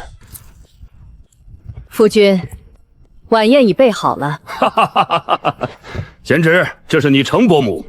夫人，这就是楚墨的朋友，我跟你提过的仇明。小侄秦明见过程伯母。贤侄快起，难得来一趟，今晚别走了。我让丫鬟给你收拾间房，好好陪你程伯伯喝几杯。那小侄就听伯母安排。楚墨，劳烦你通知我家下人先回蔬菜铺。当时众人反应如何？陛下信了没有？回娘娘，太医院的医药博士被秦公子说得哑口无言，连房奴医长孙大人最后都被他说服了。秦明哥哥，连太医令都比不过他。吴姐，你刚才还兴高采烈的，这会儿怎么不开心了？没事，就是有点累了。荔枝，累了就早些回去歇着。二郎，可是有什么高兴的事？还是关阴泽最懂朕。秦明那小子8成是朕的福将，这回又立了大功。那小子说酒精能救治伤兵，还想拉朕一起做酿酒的生意。酒精真能治伤口？朕已让太医院拿去验了，这2天就有结果。既是妙应真人所致，多半错不了。二郎，秦明既已认识卢国公和河间郡王，那要不要向他表露身份？还不到时候，至少得等把酿酒分成谈妥。以那小子的性子，这回定又会像上次一样，主动请皇家入一份主。二郎，你真坏。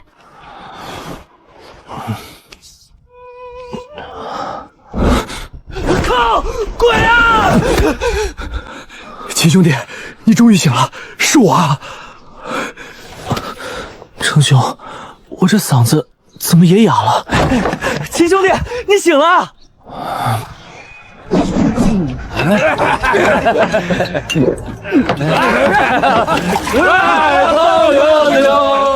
完了，昨晚唱京中报国了。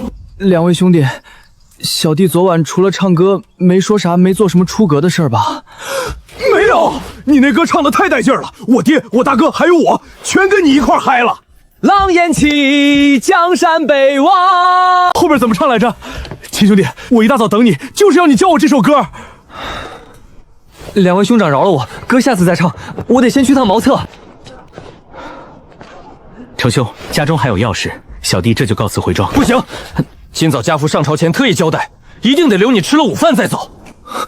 你家那不叫吃饭，那叫吃酒。再来一顿，我今天别想走了。程兄，实不相瞒，你我两家要合伙酿造酒精，小弟得赶回去安排工匠、赶制工具，此事还牵扯朝廷安置流民，实在耽搁不得。那好吧，不过以后有空你可得常来，咱们接着嗨。公子，程小公长，陛下下朝单独召我，我老程最近没犯事啊？难道陛下在我府上安插了眼线，已经知道我要跟志明合伙造酒精的事了？知节，你就没有什么事要向朕汇报？志杰，你这嗓子怎么哑了？陛下，昨晚老坑和秦明那小子喝酒，那小子喝多了，唱了首曲子，简直唱出了咱大唐将士的心声。俺们几个唱到半夜。秦明会作诗，朕知道，他还会唱曲，把那曲子唱来听听。陛下，您是知道俺老程的，自小五音不全，不过那词儿臣还记得几句，臣给您念念。念来。狼烟起，江山北望，龙旗卷，马长嘶，剑气如霜。心似黄河水茫茫，20年纵横间，谁能相抗？20年纵横间，谁能相抗？朕从大业年间领兵至今，差不多正好20年。寥寥数句，龙骑马嘶，剑气如霜，整支大军奔赴战场的气势全在里面了。陛下，这曲子唱出来更带劲儿，要不咱们现在就去俺府上，秦明那小子还在，让他当面唱给您听。下次吧，你接着念后面的词呢。回禀陛下，老臣昨天喝多了，就记住这2句。陛下息怒，俺老程这就回家，让秦明把词写全了，送进宫来。那你还不快去！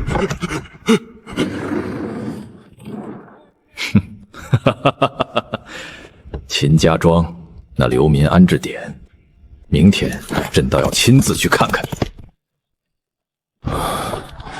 这一切好像都是从认识李二开始的。李二有毒吗？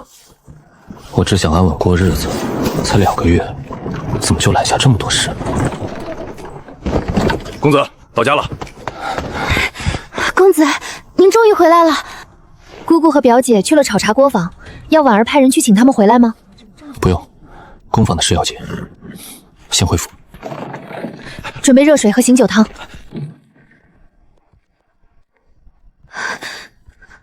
公子这2日可曾受伤？长安到底出了什么事？没有受伤，只是遇到的事太多，让你们担心了。往后再遇到这样的事，至少派人送个消息回来。好。长安有疫病，李叔的真实身份是陛下，城府合作的事我也已经谈过。公子既已知道李先生就是陛下，往后每一步都要更谨慎。我明白，可有些事已经躲不开了。恩公好，恩公好！大家别急，这2天在庄子上住的可还习惯？恩公在上，在下张文远，谢过公子大恩。你是前天路边那个少年？你爷爷安葬好了吗？家里还有别的亲人吗？多谢恩公挂念，府上的人已经帮我把爷爷葬了。我自小随爷爷长大，如今家里没人了。既如此，你以后可愿跟着我？文远愿意。若不是恩公相救，我早饿死在路上了。文远愿追随恩公，效犬马之劳。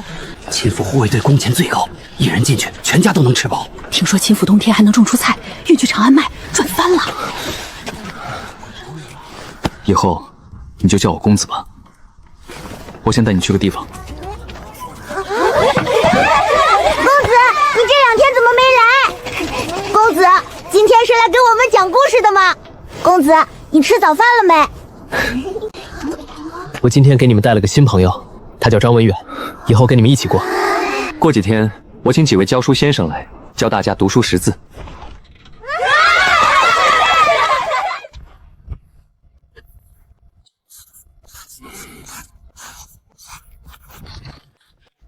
公子，炒茶锅坊已能投用，砖窑2日后就能出第一批砖。这是府上高度酒的装饰图，你按这个分批烧制，记住，不仅要分开烧，此事务必保密。炒茶工坊留人收尾，今日起全力建酿酒作坊。公子，李先生和他夫人又来了。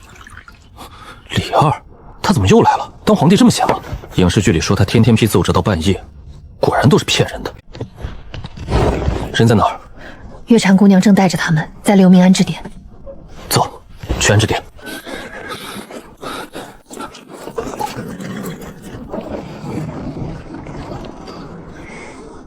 看这亲密样，又是一位公主。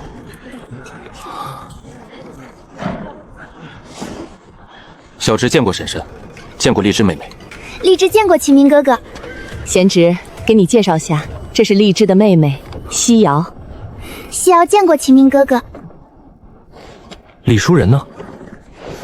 他和房管家进你那安置点里边了。外边冷，婶婶你们先随禅意回府歇着，小侄去陪李叔逛逛。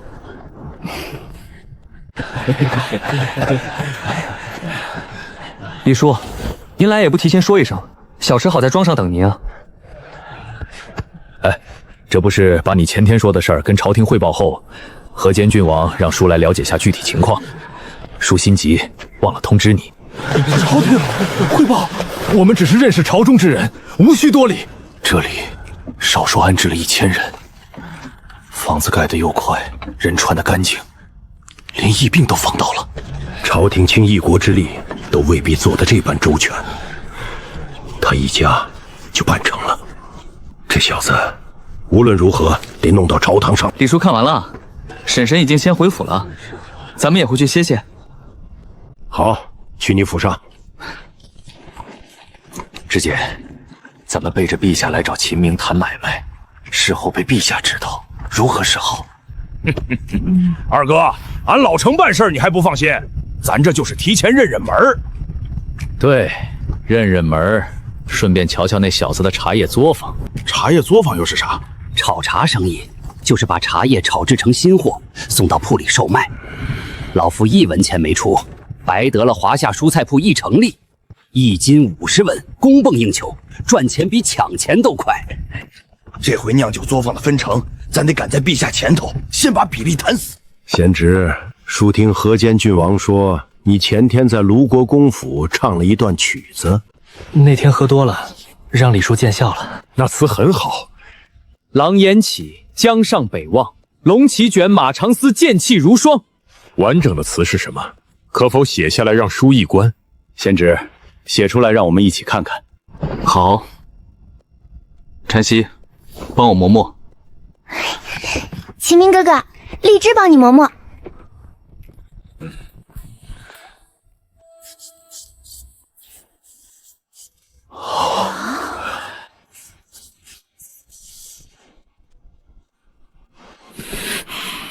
四方臣服，万邦来朝，这正是朕毕生所愿。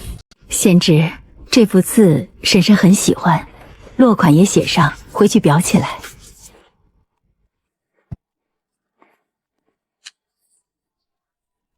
李叔，您这次来除了看安置点，可还有其他事？尽管说。叔想问，酿酒作坊你打算什么时候筹备？你昨日那批酒精对流民来说还是太少了。李叔放心，昨天回来就安排下人建工坊了，酿具也在打造。既已筹建，让你一人出钱不合适，婶婶该出多少份子，回去就让人送来。这两口子是想提前把股份定死，可我还没收到程咬金的信，不知找了几个合伙人，这怎么定？更何况还得装作不知这二位的真身。李叔、婶婶，入股的事，小侄想等卢国公那边有消息了再。公子，门口来了几位贵客，让您出府相迎。可知身份？门房说是卢国公。刚说到卢国公，卢国公就到了，就怕空气突然安静。李叔、婶婶，说来也巧，小侄出门迎一下，你们先坐。贤侄，卢国公亲自到访，李叔陪你一起去迎迎他的大驾吧。程伯伯，小侄实在是帮不了你了。贤侄，老夫这次来的目的你也猜到了，今天在座的都想入酿酒作坊的股，趁人齐，把话说定吧。此事本就是贤侄提议，公义也只有你懂。叔和几位伯伯都商量好了，你来安排就好。这帮老油条，谁也不愿明着得罪李叔，把皮球全踢给我了。程伯伯，您那酿酒作坊作价几何？3000贯上下。咱们7人，小侄出工艺，程伯伯出作坊，其余几位叔伯出钱财，这样合作可好？可以。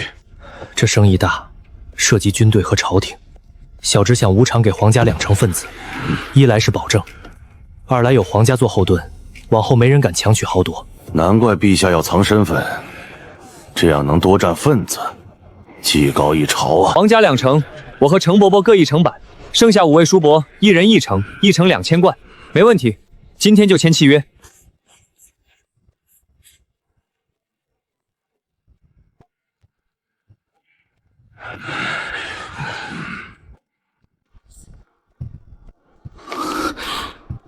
这要能传到后世，绝对是国宝级文物，何当传家宝供起来？贤侄，你是不是该给伯伯们一个交代？是小侄叔父，这些菜都是小侄贴身侍女婉儿亲手做的，伯伯们喜欢，可让府里厨娘来学几天。算你懂事。贤侄，在座都是战场上领过兵的将军，这没外人，把那首精忠报国唱来听听。跪！这曲子简直为俺老程写的。狼烟起，江山北望，多少首都忠魂埋骨他乡。堂堂华夏，要让四方来贺。银色彩，张所主立山。仿佛又看见他披着战甲，站在千军万马之前。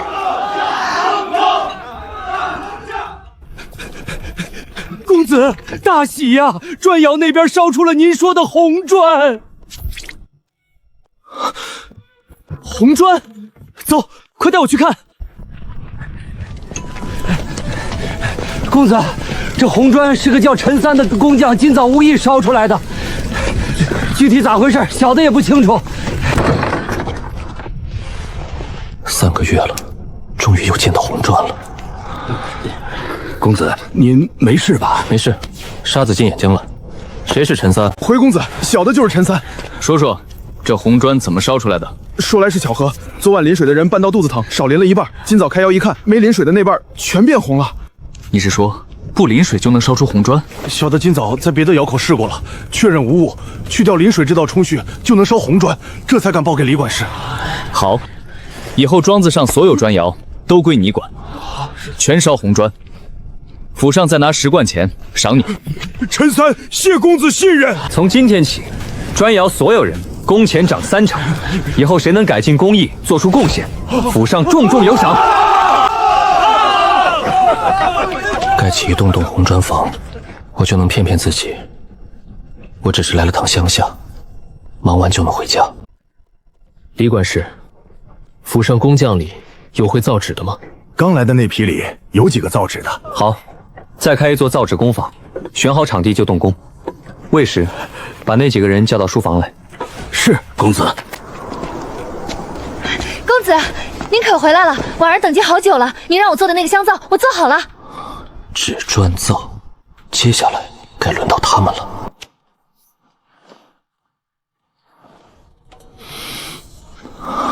公子，婉儿做的这个香皂，对对。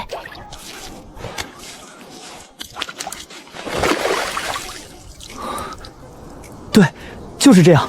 婉儿多做一些出来。不光自己用，给李二、程咬金那几个也送几块，加深交情。下午在庄子上开个香皂工坊，等以后机会到了，长安城开家铺子，专门卖它。听说你们以前都是造纸作坊的匠人，府上要造纸，该怎么做？回公子，蜀地造纸先买竹子，削成皮，煮过，再暴晒100天，给竹皮褪色，然后才捣成纸浆。难怪纸这么贵。长安周边少竹林，竹子得从南方运，光运费加工费还要晒上3个月。竹子从南方来，耗时耗钱，做出来的纸自然便宜不了。后世的造纸用的根本不是竹子，你们可有人用树皮做过纸？我可以肯定，树皮也能造纸，而且能去掉暴晒那100天。你叫什么名字？公子叫我王武就行。王武，从今天起你带着他们专门研究用树皮造纸，工具李管家给你们备齐，只要能用树皮造出纸，我不但消了你们的奴籍，每人再赏2贯钱。公子当真消奴籍？小的拼了命也给公子把这纸造出来。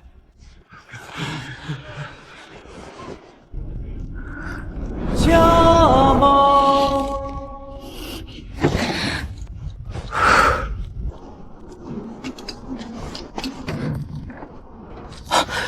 禅心，你来了。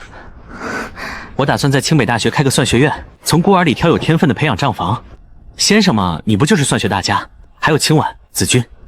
公子，您莫要开玩笑，我们要真当了女先生，要不了几天，那些大儒就该打上门来了。阿郎，长安粮价又跌了。灾年长安粮价从来只涨不跌。江南那些粮商是从哪儿冒出来的？磨刀霍霍，等着宰朝廷一笔。结果江南的粮一船一船运进来了。年底将至，损失挽不回来，家族老一辈就要换掉我这个长安负责人，我竞争家主的机会也就没了。阿郎，都是那家华夏蔬菜铺的东家查到了，那铺子一天进账上千贯，东家是何许人也？如今可在长安？东家叫秦明，蓝田县秦家庄人，冬天能种出绿菜的法子就在他手里。冬日种菜之法若能献给家族，我非但无过，反而有功。该来的终于来了，请客人到前厅。某是王世忠府上管事，唤某王三即可。奉主家之命，特来送一封书信。王世忠，这是看上我家的菜棚了。菜棚原理简单，外人一看便懂，这秘密早晚保不住。请回禀王世君，明日4时，我在西梦楼恭候。公子，那可是当朝世宗太原王氏，要不要请卢国公和和田郡王帮忙？帮什么忙？这菜棚的法子我本就打算卖出去。公子，您真要把大棚的方法卖给王氏？可为什么这么贵？他们会买吗？菜棚早晚保不住，那就趁它还值钱，狠狠卖一笔。公子，明日去西梦楼，我也要去。东家，太原王氏王回王使君到了。小子秦明，见过王使君。秦公子不必多礼。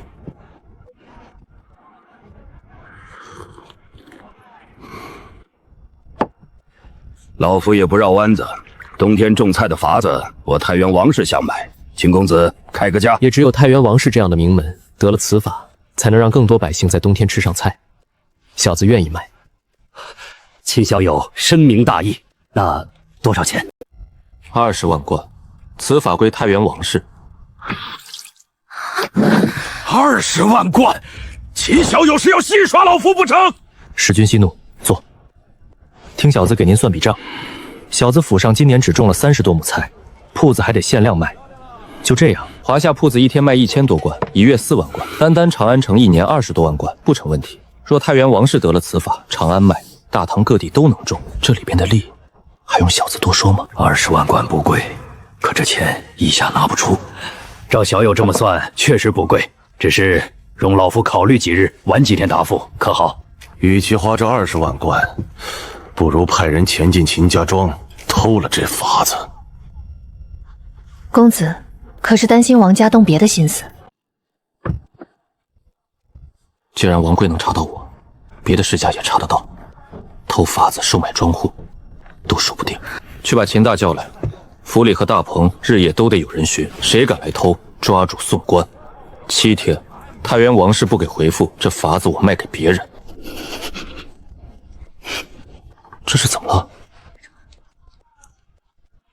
又是这位刁蛮郡主。对不起，秦明哥哥，荔枝给你添麻烦了。没事，这2样药材你带回去给你母亲。你一个平民能拿出什么珍贵药材？自不量力。我替母亲谢过秦明哥哥。人参炖鸡汤，用量别重，分次给你母亲服。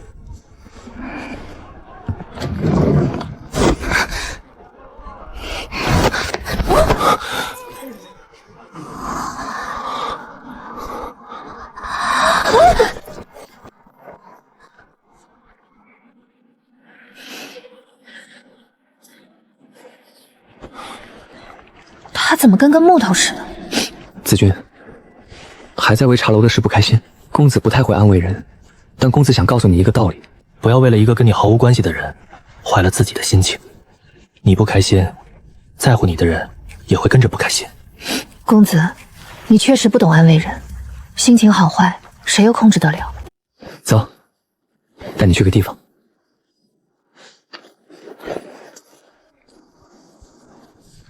我心情不好的时候就来这儿，把不痛快的事大声喊出来。你要不要试试？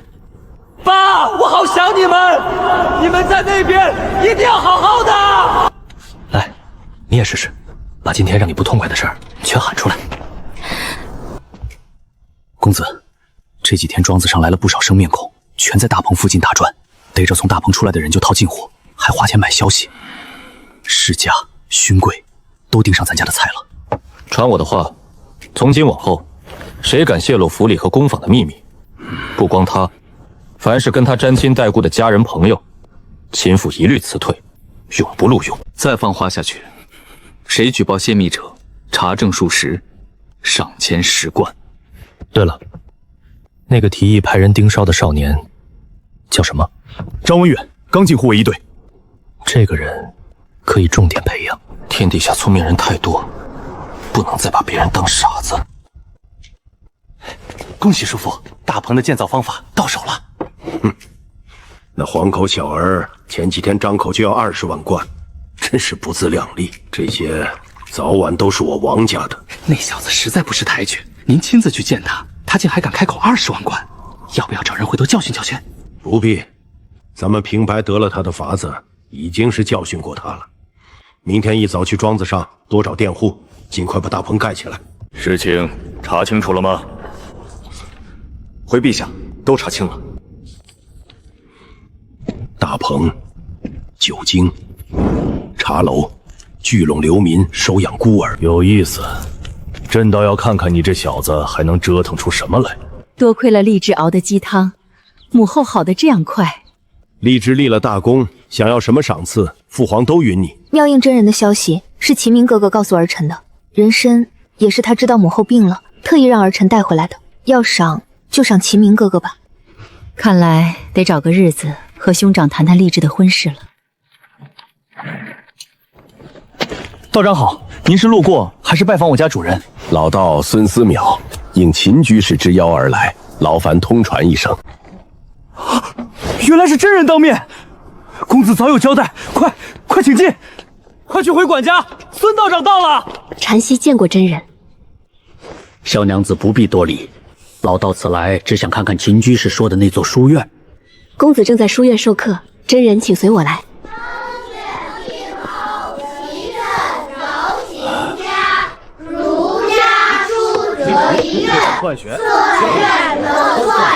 书院为何教工匠之学？这白墙黑笔又是谁想出来的？小小年纪竟建起这样一座书院。萧大娘子好，老爷爷好。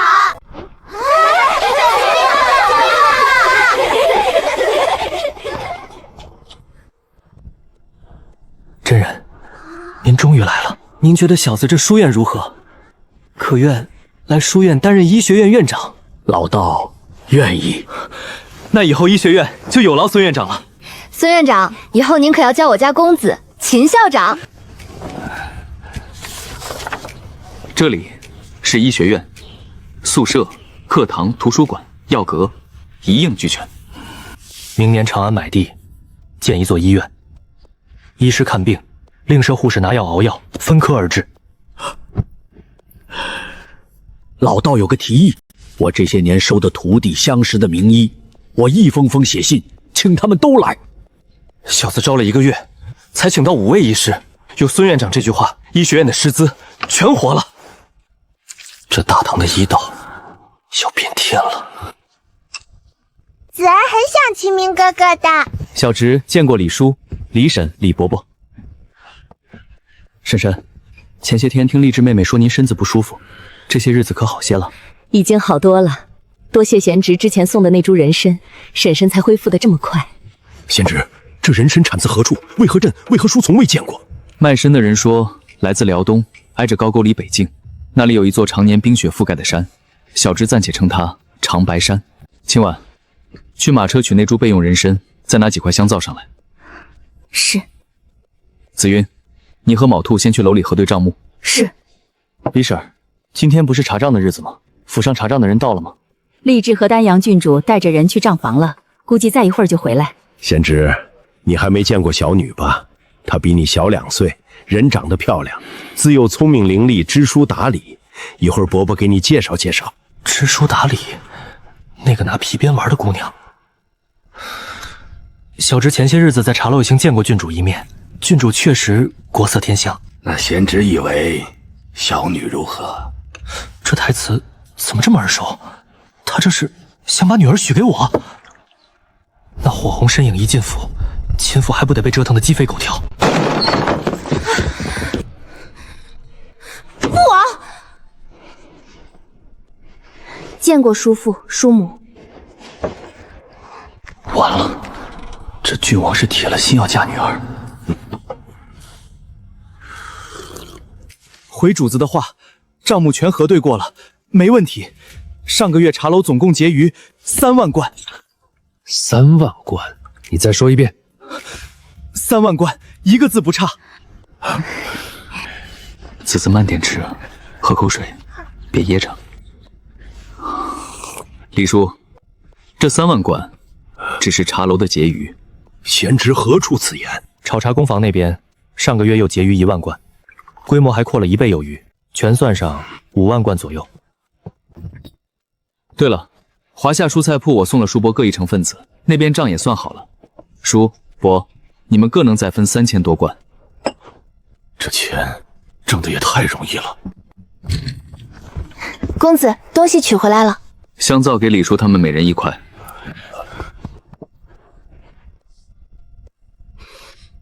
秦明哥哥，此物有何用处？叫香皂，洗手洗脸，清洁得很。婉儿演示一下。都来试试。哇，洗完手比刚才还滑，还有花香。婉儿姑娘，这个能沐浴吗？用了皮肤会越来越光滑，身上都是香的。秦公子，这香皂你那儿还有没有？卖我些。子君，脸色这么难看，账目出问题了。公子，茶楼库房少了100斤茶叶，工钱数目也对不上。主子，小的算学从未出错，敢以性命担保账目没问题，定是这小娘子算错了。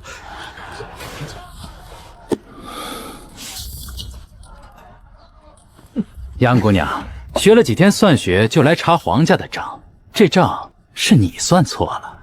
唉，有的人啊，学了几天算学就觉得自己了不起，还自不量力来查账，这下露馅了吧？真是丢死人了。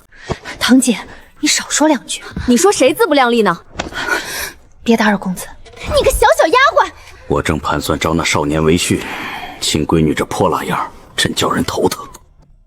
都安静点，要吵出去吵。哼，堂姐什么时候转性了？子君，你做得很好，往后府上的生意就交给你了。都是公子教的好。叔，我核对过了，账目确实有问题。不信，您让这位管事看看我手里这几本账。贤侄啊，你这账簿上怎么尽是些鬼画符？是小侄疏忽了，这叫阿拉伯数字，记账算账比汉字流水账快10倍。先生，收我为徒吧。贤侄，你们究竟是怎么看出账有问题的？单看茶楼流水账，天衣无缝，笔笔对得上。你是说这账被人做了手脚？你又怎么看出来的？工坊出货，减去茶楼卖出的，库房该剩1000斤，可库房里只有900斤，凭空少了100斤茶叶，还有工钱。茶楼40个小厮，一人1月100文，该是4贯，可流水账上记的是5贯。小的绝没做过手脚，每笔钱都记得清楚楚。库房少的100斤茶叶哪儿去了？工钱4贯，你为何记5贯？你可别说你不知道。小的认了，茶叶和工钱账都是小的做了手脚。退赃，滚出茶楼！贤侄有所不知，婶婶家这么多产业都是下人打理，你说是不是每一处都有人这样做假账糊弄婶婶？婶婶想想就头晕。观音嫂，别担心，要是咱们府上也有这么个会查账的人就好了。这两口子是想挖我墙角啊！贤侄，你算学如此厉害，很适合去户部啊。叔父和户部尚书戴威有些交情，推荐你进去。刚挖完我墙角，又打上我脑袋了。公子，放心，叔父看重，小珍多谢。可小珍这点本事，胜任不了，也从不想当官。太谦虚了，依你的能力，年底查账，没准立下大功，陛下一高兴，封你个大官当当。也说不定，查着查着，小侄这条命就查没了。说，户部的账，小侄不查就知道肯定有问题，真查出东西来，牵扯的官吏不会少。陛下怎么处置那些贪官另说，我这个查账的人，绝对活不了。官场的事您不懂，不信问问郡王伯伯，我说的对不对？站他角度，谁敢害我？可这小子说的在理。齐明哥哥，荔枝有个请求，想请哥哥教我算学。荔枝妹妹，我自然愿意教，可这恐怕不太方便吧？近日见父亲母亲为查账忧愁，女儿心里难过。若能学会算学，也能为家里出一份力，还望应许。妹妹，秦家庄事多，我抽不出时间。不过我私下写了一本算学书，回去抄一份送你研读。有问题写信于我，如何？栗子谢过秦明哥哥。贤侄，你当真写了一本算学书？我府上的丫鬟现在就照这本书培养的，送人送书，把自己摘干净。查账的黑锅，谁爱背谁背。贤侄，你庄子事多，抄书耗神，不如让月禅跟你回去，抄书这事交给他，你看如何？到底还是不放心，怕我留一手。那小侄多谢婶婶了。你们没发现吗？河间郡王对那位李先生很尊敬，上次卢国公、易国公也是。能让郡王和国公都尊敬，又姓李的人。小子，你是看不起程伯伯，还是拿伯伯当外人？派个人到伯伯府上送个信儿就这么难？今天不给个交代，伯伯要你好看！程伯伯息怒，是小侄不懂事。今天本就备了礼要上门求助，以后有事第一个到城府报道。办事不周，你看看你办的好事，下次切莫再犯。这位是我府上账房子君，酒铺茶楼的账全归他管。别看他年纪小，一炷香的功夫就查出茶楼账目好几处窟窿，比我府上的老账房强多了。子君，把酒房这月的账报一报。截止昨日，酒房现银3万贯，库存高度酒2000坛，酒精500坛，低度酒2万坛，上月净率3万贯。不到1个月，3万贯！各位叔伯，这月的钱，小侄想用来买酒楼、扩工坊，下月起再给各府分利，如何？贤侄，你看着办，老夫听你的。贤侄既要开酒楼，专卖这高度酒，总得起个名字吧？八郎所言有理，老夫最爱起名字，这酒喝着过瘾，就叫过瘾。直接，你这叫什么名字？别胡闹！粗鄙武妇。贤侄以为，不如就叫二锅头。为何叫二锅头？二锅头是蒸酒时第二锅取出的头一段，这一段火候正好，酒气最冲，也最干净，所以取这个名。又错失一个名留千古的机会。公子，丫鬟送了也就罢了，您怎么还让他们抄您的书？那可是能传家的宝物啊！希儿，这几个月我总在想，老天让我来这一趟，究竟是为了什么？直到我站上讲台那一刻，我才明白，我想把我会的、懂的交给更多人，让他们传下去，哪怕带不来全部，也要留下几颗种子。奴家愿用一辈子追随秦郎，陪您完成这个心愿。创学说，传道统，那是要做圣人啊！你说，用羊肠做线，把裂开的菊肉一针一针缝起来。对，缝合伤口，人受了刀伤，血流不止，缝上就能保命。那伤口会不会腐烂？血会不会流干？你可试过？我没试过，但可以先拿动物试，这叫医学实验。何谓医学实验？细细说来。比方说，先在猪羊身上划口子缝上，看几天能不能长好，有效了，再用在人身上。公子，夫人请您回府，前厅有要紧客人等着。秦小友，你说的缝合实验，老道以为要尽快落实，早一天有结果，就能早一天救人性命。真人放心，回去我就让人备羊肠，到时候咱们一起试。姐姐，好像就没有公子不会的东西。公子，小的用树皮造出纸来了，快带我去看。公子您看，问题有两个，一是发黄，二是太脆。树皮怎么煮，浸了多久，垂到什么程度，一步一步说清楚。大江改不动了，问题出在煮树皮这一步。香皂能去污，草木灰能碱化，把草木灰和树皮一起煮，既能让纸变软，说不定还能漂白。公子，这法子小的怎么就没想到？公子，可算找着您了。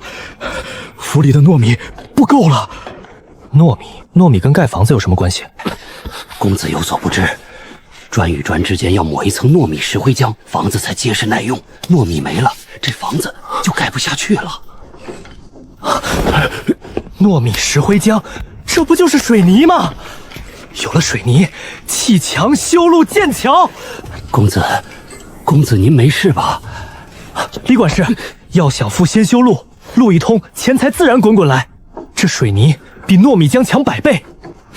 那公子可知这水泥从何处寻来？这东西不是现成的，得用生石灰、铁矿石、粘土一起烧出来。能盖房，能修路，能建桥，这对基建狂魔来说是神兵利器。召集研究院的人，这2天我陪你们一起烧。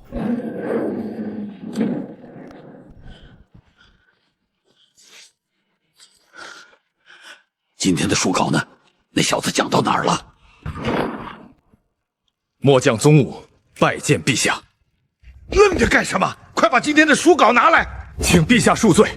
昨晚秦明在长安忙到很晚，昨天没讲故事。又聪明又会赚钱，还收买人心，培养自己的班底。这样的人不握在朕手里，迟早是个祸患。朕布置暗卫，本是要盯住这个隐患，可等来的不是秦明的野心，而是一本只讲了一半的《射雕英雄传》。竟刚拜洪七公为师，然后呢？宗武，朕给你10天，去查秦明那小子家里还有哪些在外地的亲人，越详细越好。是，末将马上去办。可恶的小子，你给朕等着，回头就让你好看。你们在秦府跟谁学的算学？学了多久？回娘娘，奴婢跟着萧管家学了16天。书上的题你们都会？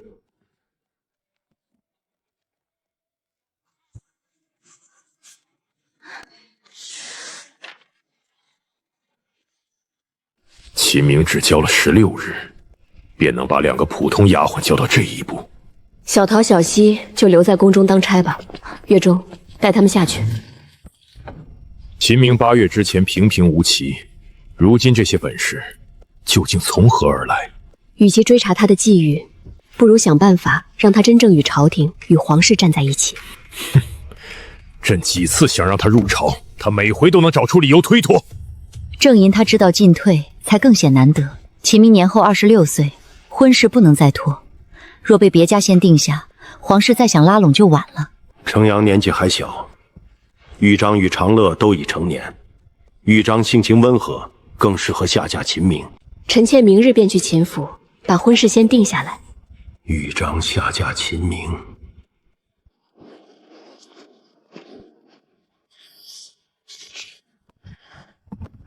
公子，李夫人和河间郡王已经在书房等您。小侄见过婶婶，见过李伯伯。贤侄，府中香皂颇好，我想带些回府。今晚准备几箱香皂送到李伯伯车上。贤侄，婶婶今日有正事，说之前我先问你几个问题，你要认真回答。婶婶，请问。第一，你可曾把婶婶当作亲人长辈？自然，小侄父母早逝，一直把婶婶当作自家长辈敬重。第二，家事上，婶婶的话是不是与长辈的话一样？是。那好，第三个问题，你可曾婚配？既然你还未定亲，那婶婶做主替你定一门婚事，可好？皇后亲自上门说亲，这件事根本没有轻易回绝的余地。婶婶，小侄已经26，婚事确实不能一直拖，只是婚姻关系一生，小侄不愿草率决定。正因你26了，才更该尽快定下。婶婶挑的人，难道还能害你？小侄不是怀疑婶婶，只是希望彼此性情相合，至少能谈得来。婶婶可以给你时间考虑，1个时辰，吃完饭我要听到答复。秦明哥哥，四子要吃红烧肉。去准备饭食。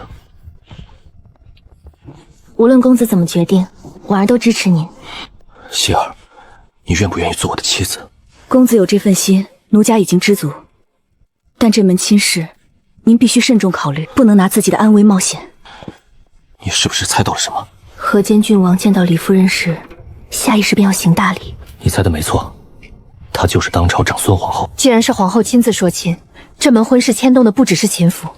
公子回去先听清女方身份，再做决定。贤侄，考虑的如何？婶婶还没有说女方是哪家娘子。我二女儿西瑶，你上次见过，她已成年，性情温和，知书达理，与你正相配。婶婶的意思是让公主下嫁秦府，而不是让小侄入赘上公主。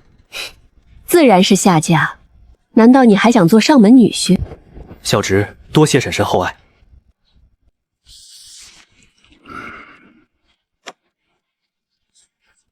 这门亲事今日便算定下，待礼部择定良辰，再安排你们完婚。吴姐，你早就知道了。秦明人很好，这门亲事既已定下，你们便应当彼此珍惜。听说宫里娘娘都用这个，洗完澡满身花香，比香囊还灵。崔夫人那儿亲眼见过，咱们还等什么？崔夫人在不在？我就求一块那香皂，多少钱都行，我出双倍。这才几天，怎么一个个都疯了？今日2000坛，卖完即止。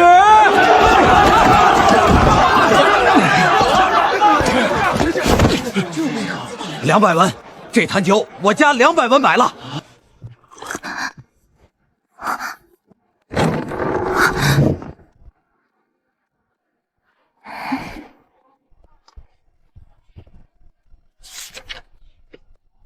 账我看过了，没问题。你们呢？你个丫鬟，见了郡主不知道行礼吗？我今日是来查账的，公子事多，没工夫和你吵。这里账对完了，我还得赶去酒铺、菜铺子。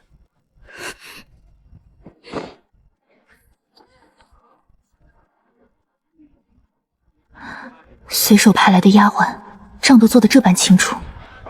秦明哥哥，今日没来吗？公子有事来不了，他说了，过完年初7再来查账结算收益。抛开公主这层身份，我真的配得上他吗？也许表哥才是最适合我的人。成了，少爷，这水泥真的成了。可烧这水泥全靠柴火，成本太高，拿来铺路太奢侈了，铺不起呀。柴火不成，得用煤。有一种黑石头叫煤，烧起来比柴火旺得多，也经烧。校长说的是毒炭吧？那玩意儿烧了熏死人，山里也难挖，没人敢用。毒气可以用烟囱排出去，挖山我另有办法。秦兄弟，你要找的那种黑石头，我知道哪儿有。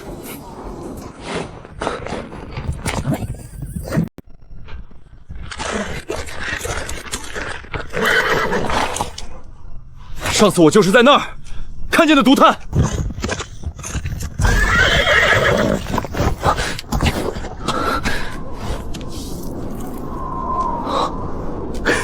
秦兄弟，你没事吧？不就是毒炭，穷人才烧的玩意儿，弄不好还毒死人，至于乐成这样？我要是说，我有办法让这毒炭不再害人，还能拿它烧水泥铺官道，赚大钱，你信不信？此话当真？自家兄弟，我骗你做成。咱们两家合伙，把这几座山买下来，招工开矿建工坊，干不干？干！不愧是我挚爱亲棒手足兄弟。走，去蓝田县府衙问问这山有没有主。怎么样？有结果没有？唉，麻烦了。那片山是长孙家的。哪个长孙家？还能有哪个当朝国舅？赵国公长孙无忌。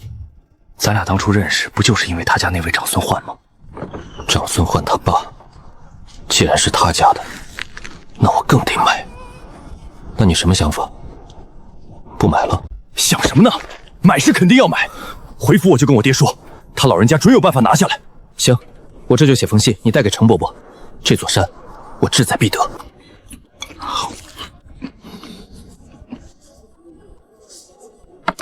这封信交给程伯伯，毒炭去毒的法子我有，这煤矿的生意，程府和我55分账。放心，我阿爷一定给你把那片地买下来。那可是一整片黑金，天价的矿。等长孙无忌哪天知道真相，怕是要气个半死。对了，程兄，赵国公如今身居何职？家里可有什么产业？吏部尚书，长孙家做的是铁器生意，长安城铺子里的生铁大半从他家进的货，兵部每年也向他家买大批生铁。就怕他只混仕途，插不上手。既然做的是生铁买卖，那就好办了。赵国公那边你别担心，有我阿爹在后头撑着，出不了事儿。快吃。程兄在宫里当差，是不是常能见到陛下和宫里的贵人？那当然，我值守的可是甘露殿，天天见陛下，皇子公主见得多了去了。程兄威武，了不起。你这手势哪儿学来的？小弟自创的，意思是很厉害，很强。小弟平民出身，不懂皇家的事。咱大唐如今最得宠的公主都有哪几位？受宠的公主有4位，多是皇后娘娘所出。嫡长公主长乐今年11，长阳公主9岁，最小的晋阳公主才3岁。城阳、晋阳，年纪对得上。长乐眉眼像皇后，是荔枝妹妹。程兄，你说4位，怎么只数了3个？差点漏了。还有位豫章公主，陛下第6女，比长乐小几个月。他母妃生下她就轰了，自小养在皇后娘娘身边。豫章公主自幼丧母，原来我那未婚妻是她。不是羔羊就好，可这姑娘也是个苦命人，往后得对她好些。打听得这么细，你莫不是想当驸马？听为兄一句劝，凭你的才干，入朝为官是早晚的事儿，当那老鼠子驸马做甚？驸马我还顾不上，眼下这片黑金一旦到手，长孙家那道坎迟早得过。到时候就看这生铁买卖能不能捏在我手里了。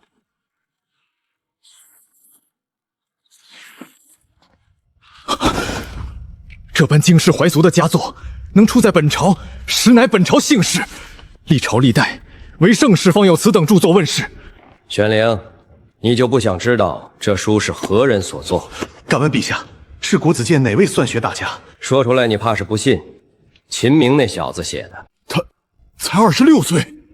不光如此，他还拿这本书教出了几个管账的丫鬟。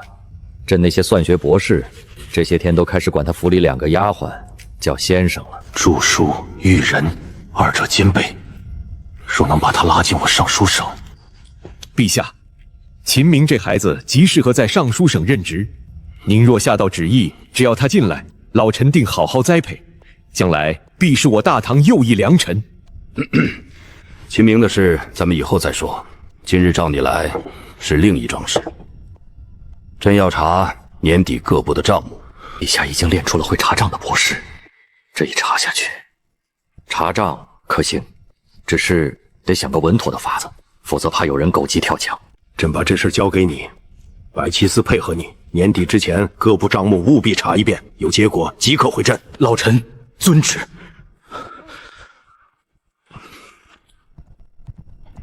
公子，您可算回来了。主父的阿爷，也就是您外祖父，已经等您好久了。婉儿，你刚才说谁在等我？您外祖父。我这具身子，什么时候又冒出来一个外祖父？婉儿，这外公多年没露面，你们怎么确认身份的？李公有官府录影，黄渤还认出送他来的老仆，正是当年夫人娘家的管事。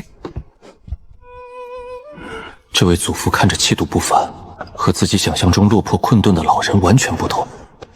孙儿秦明拜见祖父。乖孙，快起来，到祖父近前，让祖父好好看看。一表人才，可惜我那女儿命薄，年纪轻轻就走了。阿郎莫伤心，奴家看着心疼。祖父节哀，娘亲在天有灵，见您如此伤心，也会不安的。乖孙说的有理，时辰不早了，咱们是不是该用膳了？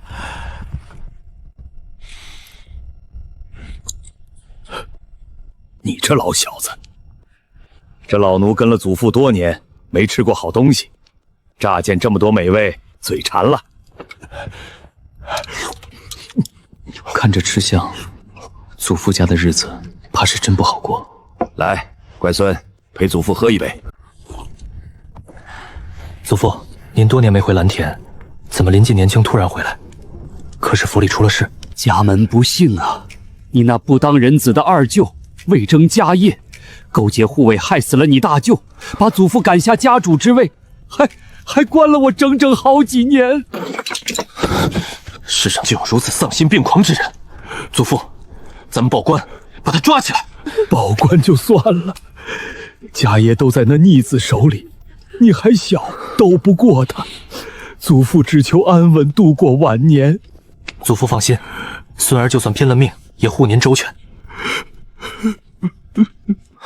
这剧情怎么莫名有点耳熟？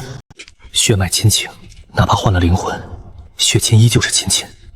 祖父，过去的事先别想了。孙儿府上每晚都有故事会，您要不要一起去听听？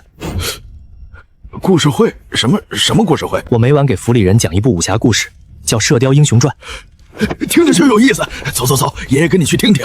前头讲到的旧事和几个人物关系，我先给秦父捋一遍，免得待会儿接不上。那后来呢？他们到底是什么关系？这位是我大父，出身陇右李氏，往后与我一同生活。故事会时不必拘束，该怎样还怎么样。我这老人家好相处，你们别拘谨。要接近这小子听故事，冒充他早死的外公才最稳妥。老奴拜见陛下。有太上皇的消息了。暗卫查到，太上皇午时从春明门出了城，去向还没查到。把暗卫全撒出去，就是把整个长安地界掘地3尺，也得给朕把人找回来。传旨，尉迟恭、程之切、段志玄即刻回营整军，原地待命。3位将士没有朕的旨意，不得离营，违令者斩。老奴遵旨。再传李军算。这几日给朕死死盯住监务卫、牵牛卫的将军和亲信，有一丝异动，立刻拿下。末将遵命。二郎，出什么事了？父皇今早躲过安卫出了宫，到现在没找到。二郎莫慌，父皇在宫里憋久了，许是想出去散散心，过几日就回来了。豫章的婚事定了，长乐那边你也早做打算。陛下就要查各部账目，牵扯的官员不知几何，偏偏这节骨眼上父皇又失了踪，万一走漏风声，保不齐有人打着太上后的旗号造反。臣妾明日下朝，就在立正殿与兄长商议。想让老夫安心住下也成。明日下午，你得给老夫接着讲2个时辰的《射雕英雄传》。成，祖父您说了算。好生伺候祖父，茶水炭火都仔细些。白天祖父讲的那个故事，二舅杀了兄长，把老夫关了起来，怎么越想越耳熟？既然成了这具身体，也该把他的亲人当做自己的亲人。走，先去给祖父请安。老奴见过小郎君。孙儿给祖父请安，祖父万福。从什么时候起，宫中那些小辈再没人这么早来请过安了？明儿，坐到祖父身边来。左管事，赏清婉1只金钗。明儿，这些都是什么？祖父尝过便知道。好多年没有这样安稳的吃过一顿早饭了。祖父喜欢，我便给您的院子添置一套沙发，再备些御寒衣物。只见过一面的未婚妻，也该提前了解一下。老臣见过皇后娘娘。兄长，私下没外人，还是像从前一样换我观音币。冲儿过完年就17了吧？等她病好，你带她进宫见陛下，是时候把她和丽的亲事定下来了。长孙一门又能与皇家联姻了。观音姬，兄长替长孙家谢过你。冲儿性子温和谦让，自小又疼丽妹，妹妹放心。只是她这些日子怎么没进宫请安？那孩子前些天受了些风寒，怕过了病气给娘娘。等大好了，老臣就带她来。冲儿，今日可出府了。回宫爷，小公爷一早带着小厮从后门出去了。一群废物，连个人都看不住，还愣着，派人去找。是。孩儿见过父亲，来迟了，请父亲责罚。不在家读书，又上街胡闹去了。回父亲，孩儿约了几位进京赶考的才子，一同论经，一时忘了时辰。罢了，这2日老实待在府里，过2日为父带你进宫，给你求一门亲事。父亲，求娶丽密表妹。你姑姑今日召我进宫，陛下也点了头，年前便会下旨赐婚。太好了，真是太好了。进宫时你姑姑若问起，就说风寒已经大好了，记住了。孩儿记下了，谢父亲。希望丽子进了门，冲儿能改改这性子。公子，国公爷没看出什么吧？多亏你提醒，在百花阁换了衣裳，散了酒气，不然差点露馅儿。拿我的令牌去账房领赏。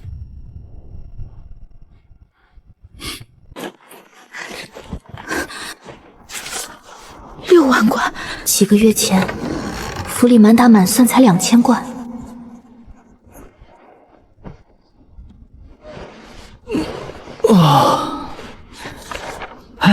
终于画好了。平日里他冲自己笑，总是坏坏的，跟此刻完全不一样。希儿又偷看本公子，是不是被本公子的风华绝代给迷住了？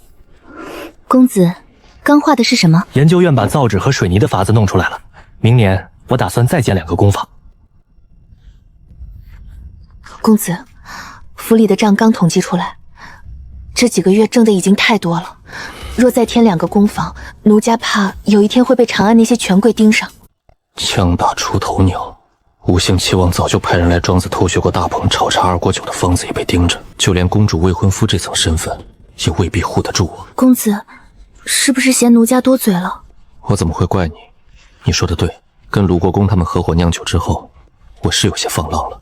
这2个工坊照建，但造出来的纸和水泥只在咱们府里自己用，暂时不往外卖，就像香皂一样。既省了开销，又不打眼，你说好不好？就按公子说的安排。希儿，今晚薛氏到院子来找我，我带你出府去看样东西。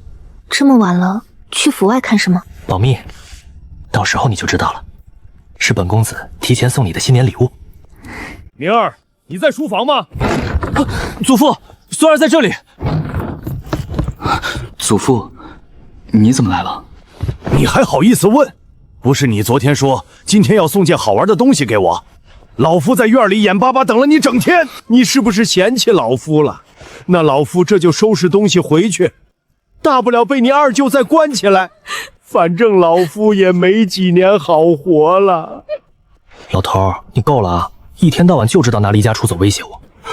乖孙儿，你变了。好，好，好，怕了您了。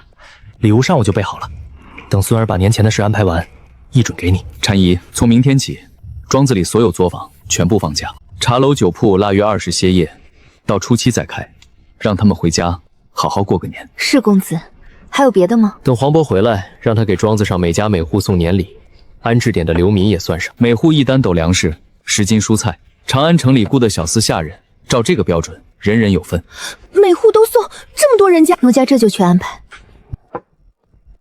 小子，这管家找得好，颇有祖父当年的风范。小子可不敢跟您比，您老是我这辈子都翻不过的高山。知道你小子说的是反话，老夫听着照样高兴。不过礼物是不是该拿给老夫了？给你。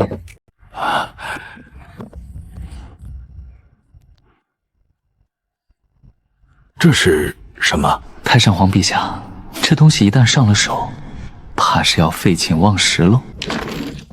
糊了，清一色，祖父书8番。我这刚听牌，你小子就糊了，就不能让我这老人家点回吗？赌场无父子，可是您老亲口说的，莫不是没钱了？要不明天再玩？老夫会没钱？再来，老夫就不信赢不了你这小子。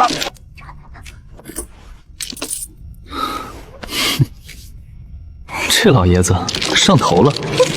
明儿，你明年就满26了吧？再有10来天。祖父家里还有个孙女，年纪比你小点儿，许配给你，怎么样？孙儿谢祖父厚爱，只是恐怕要辜负您这片心意了。换做来秦府之前，我早让暗卫处理了他，用最小的代价拿走这些能改变大唐的东西。舍不得杀，那就用一门亲事把你绑到皇室旁边，